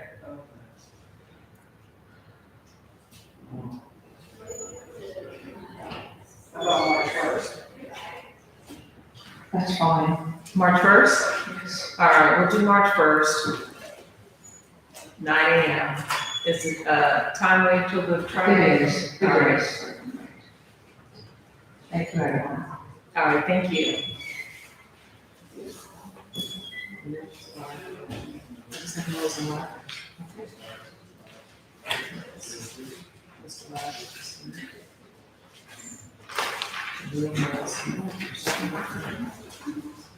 We're waiting on Mills.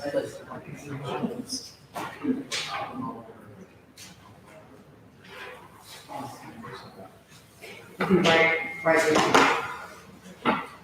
If Mills isn't back by the time I get back, Mr. Costa, I'm going to go ahead and Rogers.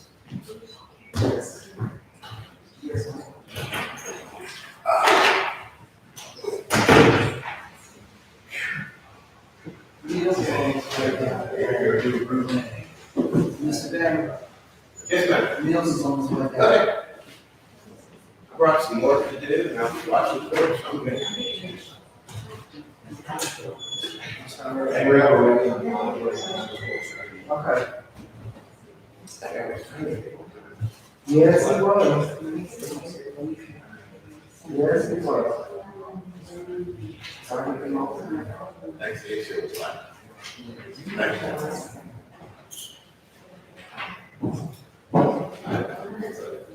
Wait till she comes back out, just a few more minutes.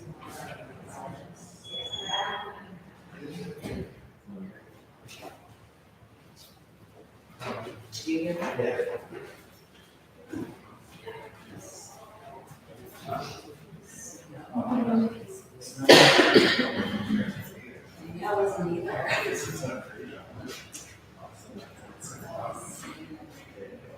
No.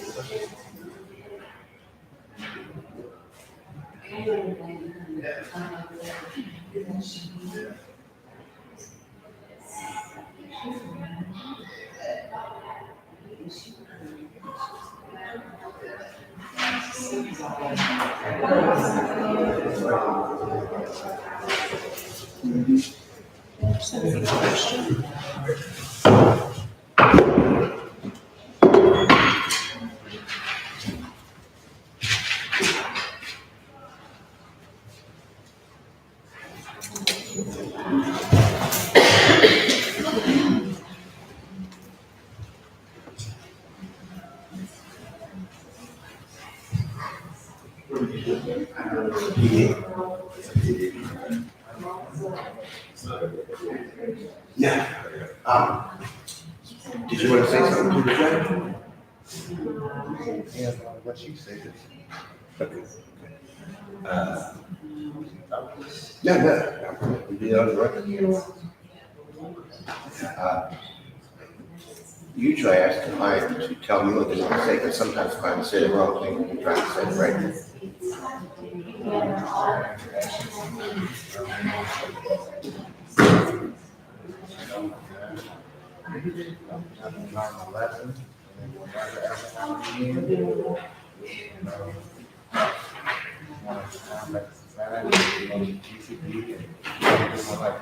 That's what they want to hear, your plans, that's good, but I was just like to ask, because sometimes clients say the wrong thing, and I say it in reverse. That's it. I mean, the main thing is to focus is so you've got a plan.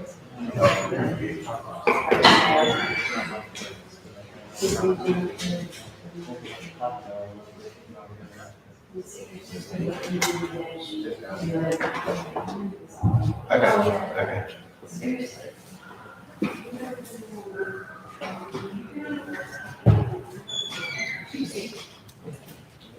Okay, am I the first?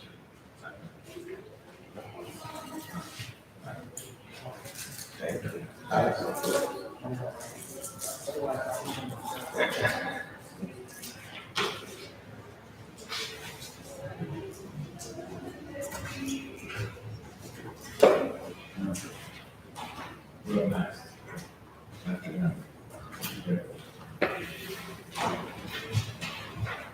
Thanks for getting out of here.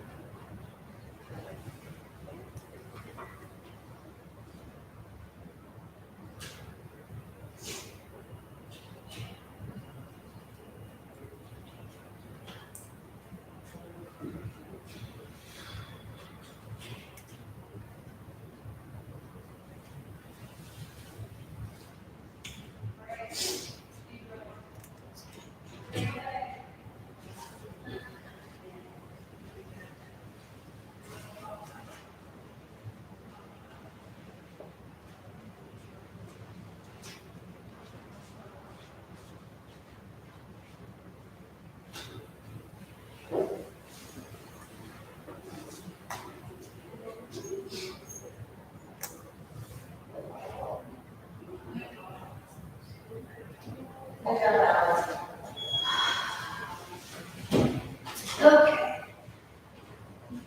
I didn't mean to talk about it like that. It wasn't earlier. Good.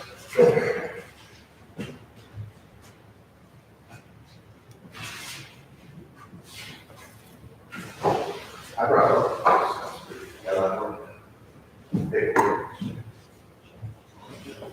Yeah, thanks.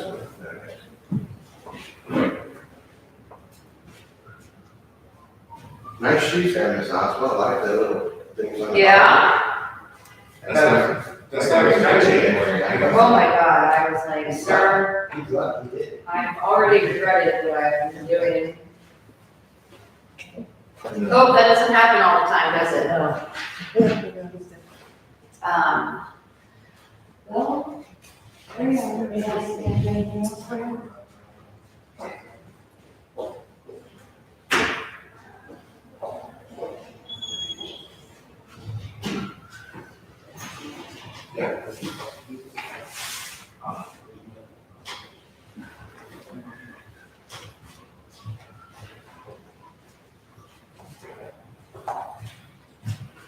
Okay, let's go, so I'll have one more, but that's all. Okay, you know, here's the-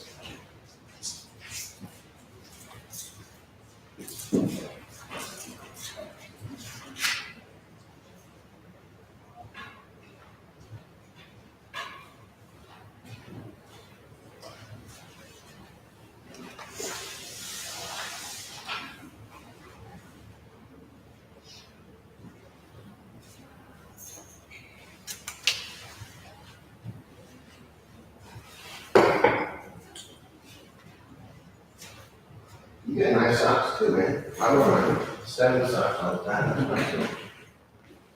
You must wear boring socks. To each his own.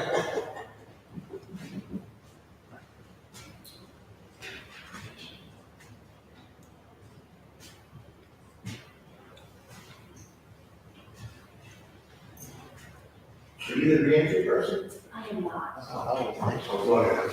You're in the same. Yes. Yes. I'm Josh Randall. I don't do it for service. But I'm trying to sue. They said this should be. You like me to know it? move your mask down if you have to roll it and get some money.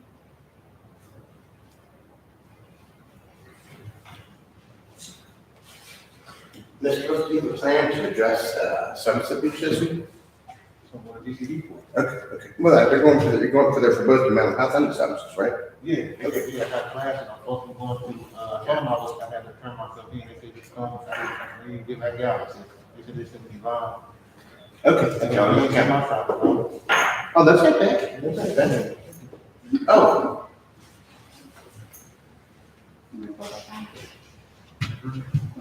Mr. Mills, I apologize for calling you coming.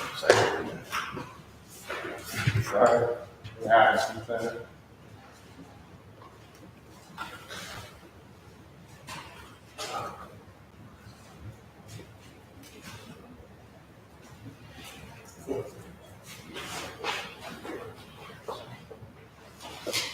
I got a transfer from our last thing, because I like to add rock and roll, like I said, you know, we did that song just did it, you know, you explain the situation, remember that song, Nancy? I'll see you get back home in 30 days, so. I'm gonna watch, I'm gonna go see that movie too. What movie? That was, Oh.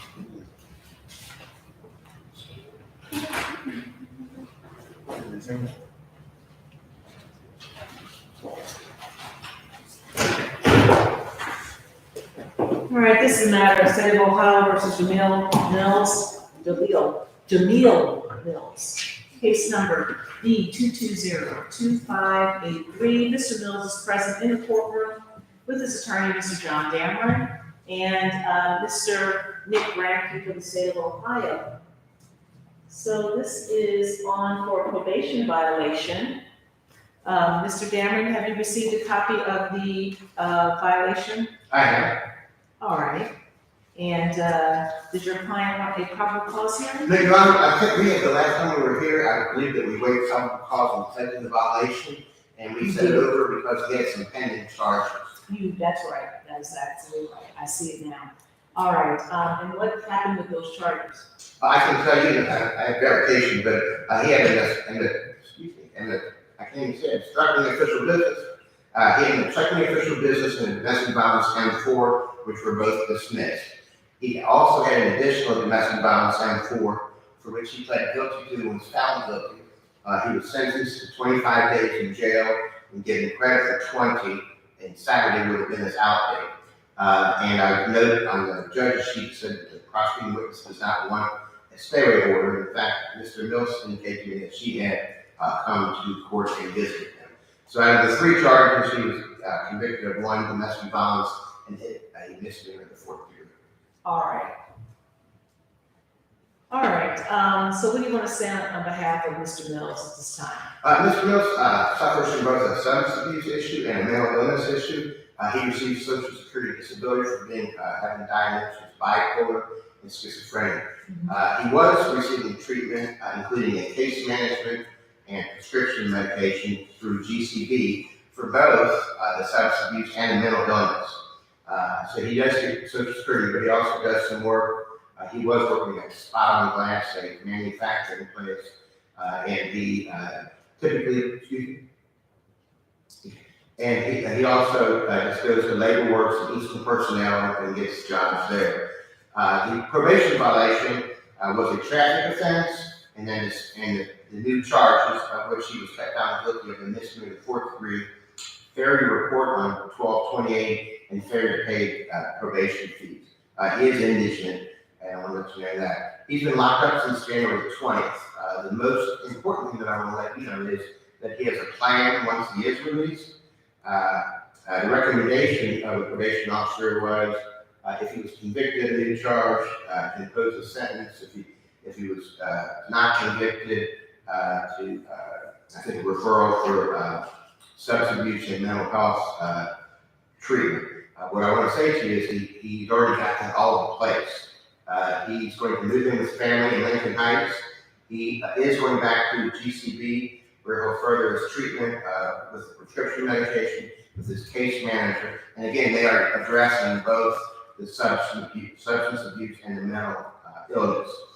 So we're asking Judge if you restore and continue him on probation and order him as an addition of probation, continue getting substance abuse and mental illness treatment at GCB. All right, thank you very much, Dave. Your Honor, we would defer, obviously the concerns whether or not he would participate in any program, but we would defer the court. All right, thank you very much. Mr. Mills, anything you want to say? Your Honor, I seriously learned my lesson. I would like to be back in the community. And You learned your lesson. Is that what you said? Yes, Okay. yes, Your Honor.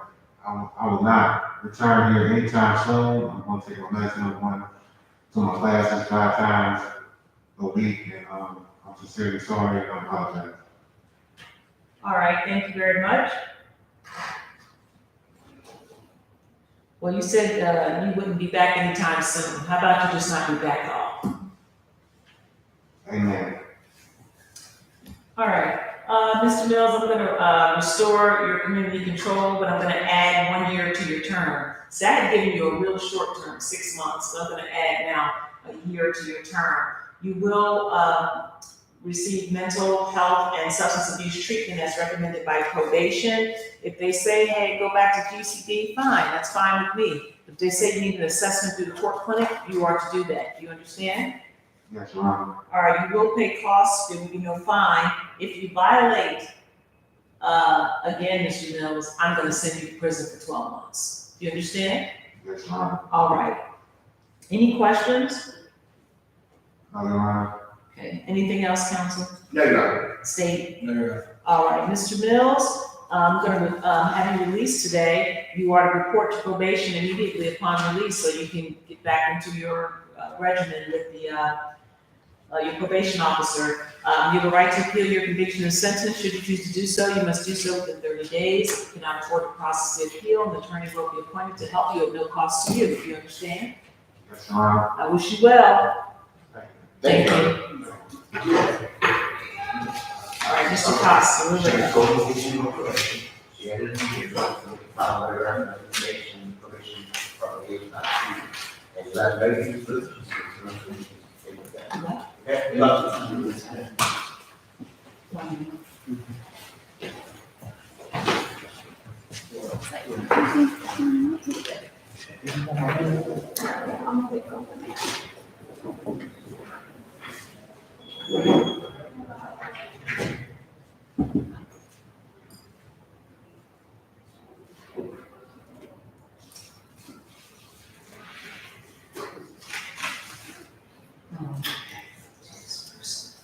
All right, this is the matter of State of Ohio versus Mark Rogers, case number B 2201101B. Mr. Rogers is present in the courtroom with his attorney, Mr. Costin, and Mr. I thought Mr. Ernest Lee was on this, but I guess it's Mr. Gramke for the State of Ohio. This matter is set for a jury trial today, but it's my understanding the parties have reached an agreement. Is that accurate, Mr. Costa? That's correct. Is that your understanding too, Mr. Rogers? Yes, ma'am. All right. Are you the Mark Rogers named in this indictment? Yes, ma'am. How old are you, Mr. Rogers? I'm 57. How far did you go to school? 2 years in college. So you're able to read and write the English language well? That's correct. Do you, are you a U.S. citizen? Yes, ma'am. Have you ever served in the military? Mr. Rogers, I have in my hand a single-page document entitled Waiver of Trial by Jury. At the bottom, there are signatures. I recognize Mr. Costa's signature here. Is this your signature here, sir, where it says signature of defendant? Yes, ma'am. This is an acknowledgement by you that you understand you have a constitutional right to have a trial, which was set for today. But when you sign this form, you're indicating to the court, I understand that, but I'm waiving or giving up my right to a trial. Is that your understanding of what you were doing when you signed this form? Yes, ma'am. Did you sign this form after consulting with Mr. Costin about your constitutional right to a trial? Do you have any questions about the form? No, ma'am. Do you have any questions about your constitutional right to a trial? I also have in my hand a 3-page document entitled Entry Withdrawing Plea of Not Guilty and Entering a Plea of Guilty. And on the 3rd page, there are signatures. I recognize Mr. Gramsci's signature here, Mr. Costa's signature here, but right up here, sir, where it says signature of defendant, is that your signature? Yes, ma'am. All right. Mr. Gramsci, can you please put on the record the party's expectation regarding this plea? Yes, Your Honor. The original indictment is 2 counts. This defendant, Mr. Rogers, is only incorporated into the first count, felonious assault, felony of the 2nd degree in that first count, the only one Mr. Rogers was associated with. The state would amend that to an aggravated assault, felony of the 4th degree, and expecting a guilty plea. All right. Is that accurate, Mr. Costa? Correct. Is that your understanding too, Mr. Rogers? Yes, ma'am. All right. Mr. Rogers, are you under the influence of any medications, alcohol, or drugs today? Do you now, or have you ever suffered with or even been diagnosed with any type of mental health difficulties? Are you presently under any type of probation or community control supervision in this or any other state? Has anyone threatened, forced, or coerced you in any manner into entering into this plea of guilty today? Has anyone promised you anything at all if you enter into this guilty plea today? No, ma'am. Are you making this plea of your own free will? Yes, ma'am. Now, the prosecutor has indicated that you are charged with felonious assault, a felony of the 2nd degree, but based on your attorney's negotiations with the state is asking the court to amend and reduce the charge from felonious assault, felony of the 2nd degree, to an aggravated assault, a felony of the 4th degree. Is that what you talked with Mr. Costin about before this hearing? I did, yes, ma'am. All right. Have you had an opportunity to review this 3-page plea form with your attorney? We did. Do you understand what it says? Yes, ma'am. All right. Do you have any questions about it? No, ma'am. Did your attorney answer all your questions about the plea form? We did. Mr. Rogers, do you believe you've had enough time to sufficiently consult with Mr. Costin about your entire case before this hearing today? Yes, ma'am. I did. And has your lawyer answered all of your questions to your satisfaction? Yes, ma'am. Have you had an opportunity to review and or discuss the evidence the state has against you with Mr. Costin? I did.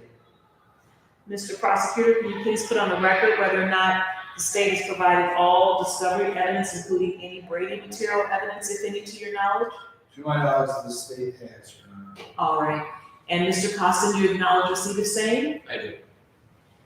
Mr. Rogers, are you satisfied with your attorney, Mr. Costin? Yes, ma'am. Now, sir, do you understand the charge of aggravated assault, a felony of the 4th degree? Yes, ma'am.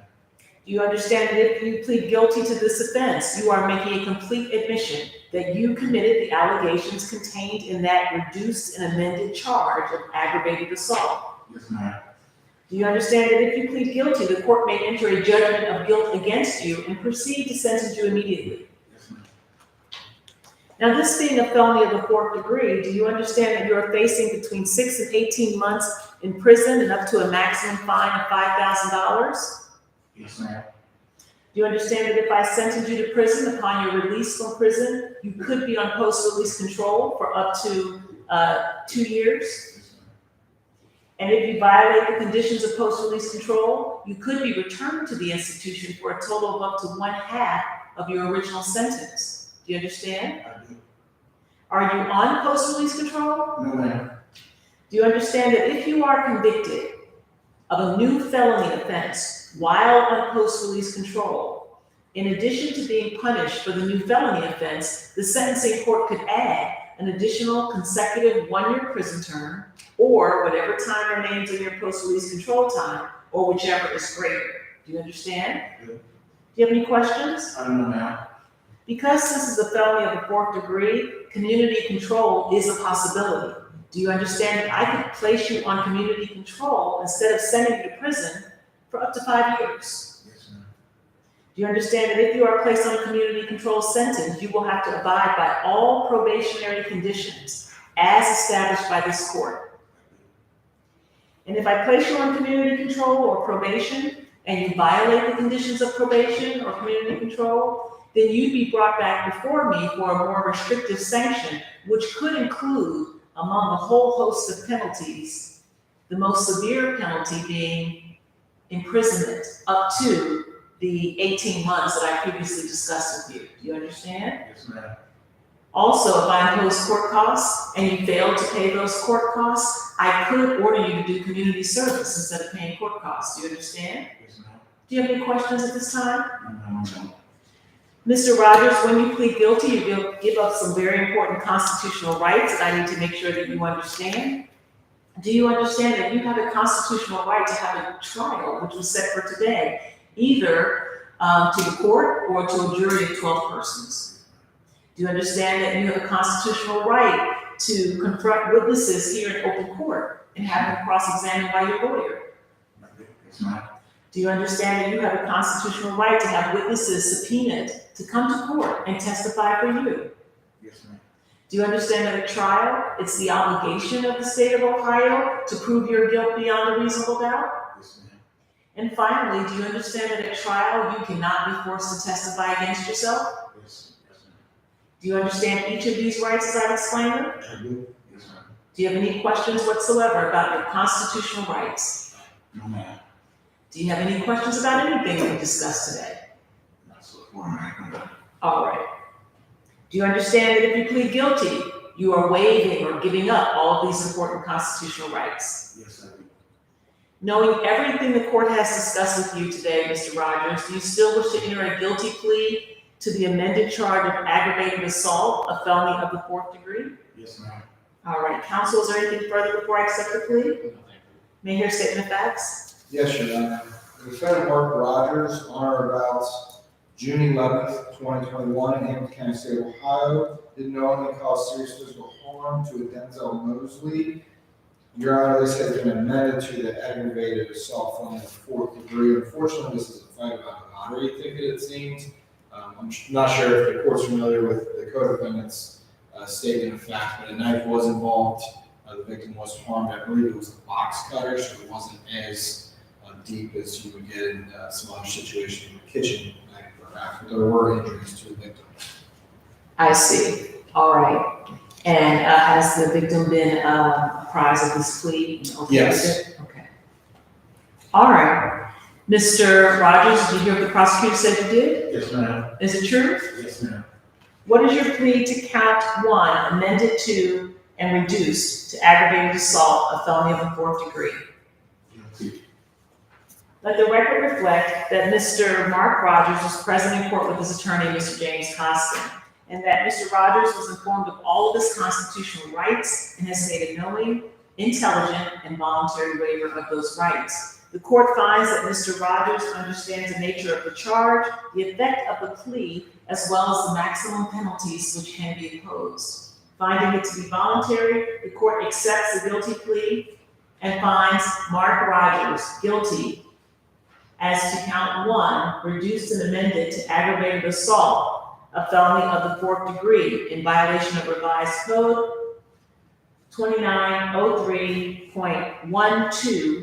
2903.12A1. All right, counsel, is there any reason why sentence should not be entered? No, we're willing to waive the PSI and proceed to sentence. All right. And the victim has been notified. Does the victim want to get it in the tax statement? I don't believe there was one on the other. That's what I was gonna ask, but yeah, if it's not in there, I would ask if we get one, or at least attempt to get one, Your Honor, because I did not have a notice. Well, the co-defendant was sentenced last week. Right, yeah, because, it was indicated that the victim was, okay with the plea and didn't have any, restitution, Right. didn't request any restitution, and made the statement through the prosecutor. So, but I Yeah, can I report just read through just for a second. Sure, Just say, sure, uh, yeah. That notice in here. Yeah, it was Jackie.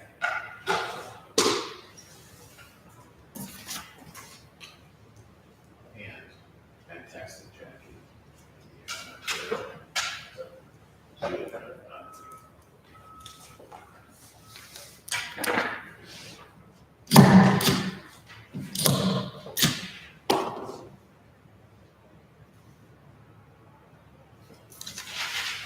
Your Honor, I did speak with the supervisor on this who worked out this case. I don't feel comfortable not requesting that, but I would imagine if I would take a break to call her real quick for 30 seconds, she would Sure. likely tell me to go forward.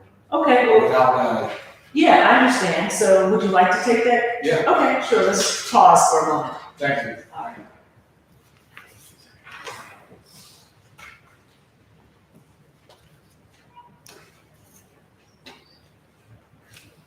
Which way is the first? I don't know. This is first.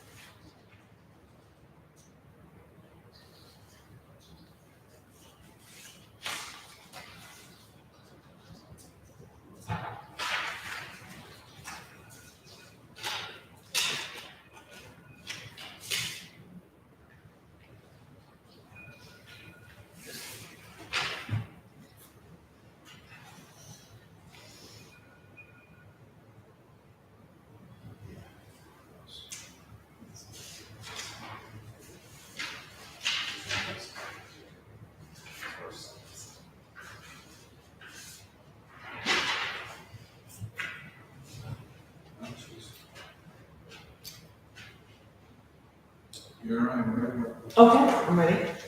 Just spoke to my supervisor, she declared everything with the victim. We do not need to proceed with victim impact or any statements for the victim at this time. Okay, thank you. All right, Mr. Costello, you want to say on behalf of your client? Well, mitigation, Your Honor, he is 55 years old, he's 57 years old, I'm sorry. 57 years old. He's a lifetime resident. He is employed at the community builders, which is the Avondale Town Center. He's in property management. The case has been pending for some time. It had been dismissed and then refiled. He's been here to court a dozen times. He's been on time every time. He cooperated in the investigation in this case. He gave a statement to the officers. This was a case where the co-defendant, Mr. Henderson, who was represented by Rodney Harris, who was in front of you last week and entered a plea. He's friends with Mr. Henderson. They had gone to a convenience store in, I think it's Collegeville, that they've been to dozens and dozens and dozens of times. They were cashing a lottery ticket. There was a dispute over with the clerk as to the money that was returned to them. And the clerk, who was the prosecuting witness, came out from behind the glass and put his hands on Mr. Rogers, and that's all on videotape. I would classify it as a fight that ensued after that, and Mr. Henderson left the store and came back in. When he came back in, Mr. Rogers, my client, and the prosecuting witness were on the ground, rolled around on the ground in the convenience store, and then the prosecuting witnesses was cut. So, rather than go to trial, Mr. Rogers has taken responsibility for his actions that occurred that day. I believe he, given his behavior during the pendency of the case, his cooperation with law enforcement, his attendance at court, he's a good candidate for community control. I believe Mr. Henderson was placed on 6 months of community control. We'd ask you to consider giving Mr. Rogers the same sentence. Thank you. All right, thank you very much. State? Your Honor, that's okay that the prosecutor deferred on the co-defendant, who I believe to be just as culpable, if not more, so I would defer as well. All right, thank you very much. Mr. Rogers, anything you want to say? Yes, ma'am. This was some bad decisions made that day. From that lesson, this went on, I learned to make better ones. All right, thank you very much. Well, the court has considered the overriding purposes of felony sentencing pursuant to revised code 2929.11, which are to protect the public from future crime by this offender and others similarly minded, and to punish this offender using the minimum sanctions that the court determines accomplish these purposes without imposing an unnecessary burden on state or local government resources. I have considered the need for incapacitation, deterrence, rehabilitation, and restitution. I've reasonably calculated this sentence to achieve the two overriding purposes of felony sentencing and to be commensurate with and not demeaning to the to the seriousness of the offender's conduct and the impact not only on the victim but on society, and to be consistent with sentences imposed for similar crimes committed by similar offenders. I have also considered the seriousness and recidivism factors set forth in revised code 2929.12. Accordingly, I hereby sentence you, Mr. Rogers, to a term of 6 months of community control, basic supervision. There will be a stay away from the victim, Denzel Mosley, Mosley, and the Ameristop gas station located at 951 West North Bend Road, Cincinnati, Ohio. No restitution is requested. You will pay court costs, but I will remit the fines. If you violate the terms of community control in the next 6 months, I will not hesitate to sentence you to a term of imprisonment of up to 18 months. Do you understand? All right. Anything else, counsel? No, thank you. Dave? No, Your Honor. All right. Mr. Rogers, you have a right to appeal your conviction and sentence. Should you choose to do so, you must do so within 30 days. If you cannot afford to process the appeal, an attorney will be appointed to help you at no cost to you. Do you understand? And just so you know, you and your co-defendant have the same exact sentence. All right? Yes, ma'am. All right, thank you very much. Okay, thank you. Thank you. All right, let me get these warrants. Officers, I'm sorry for your wait.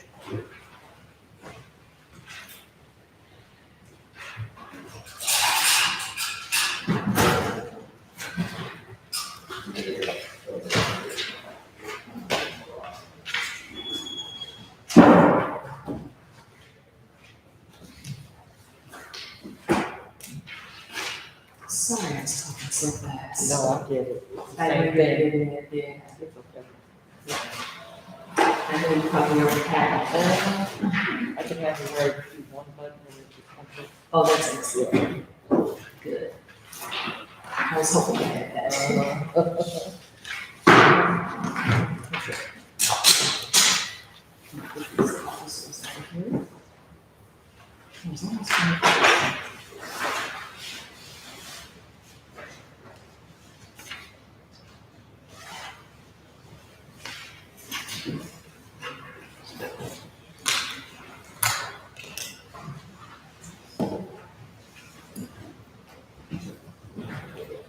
All right, Officer Werner? Okay, yes, ma'am.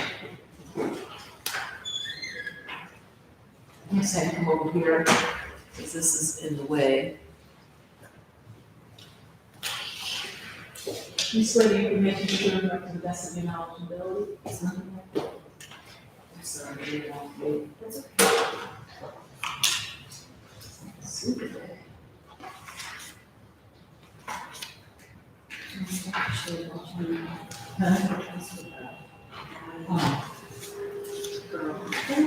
You know, since those moments like that have to be realized.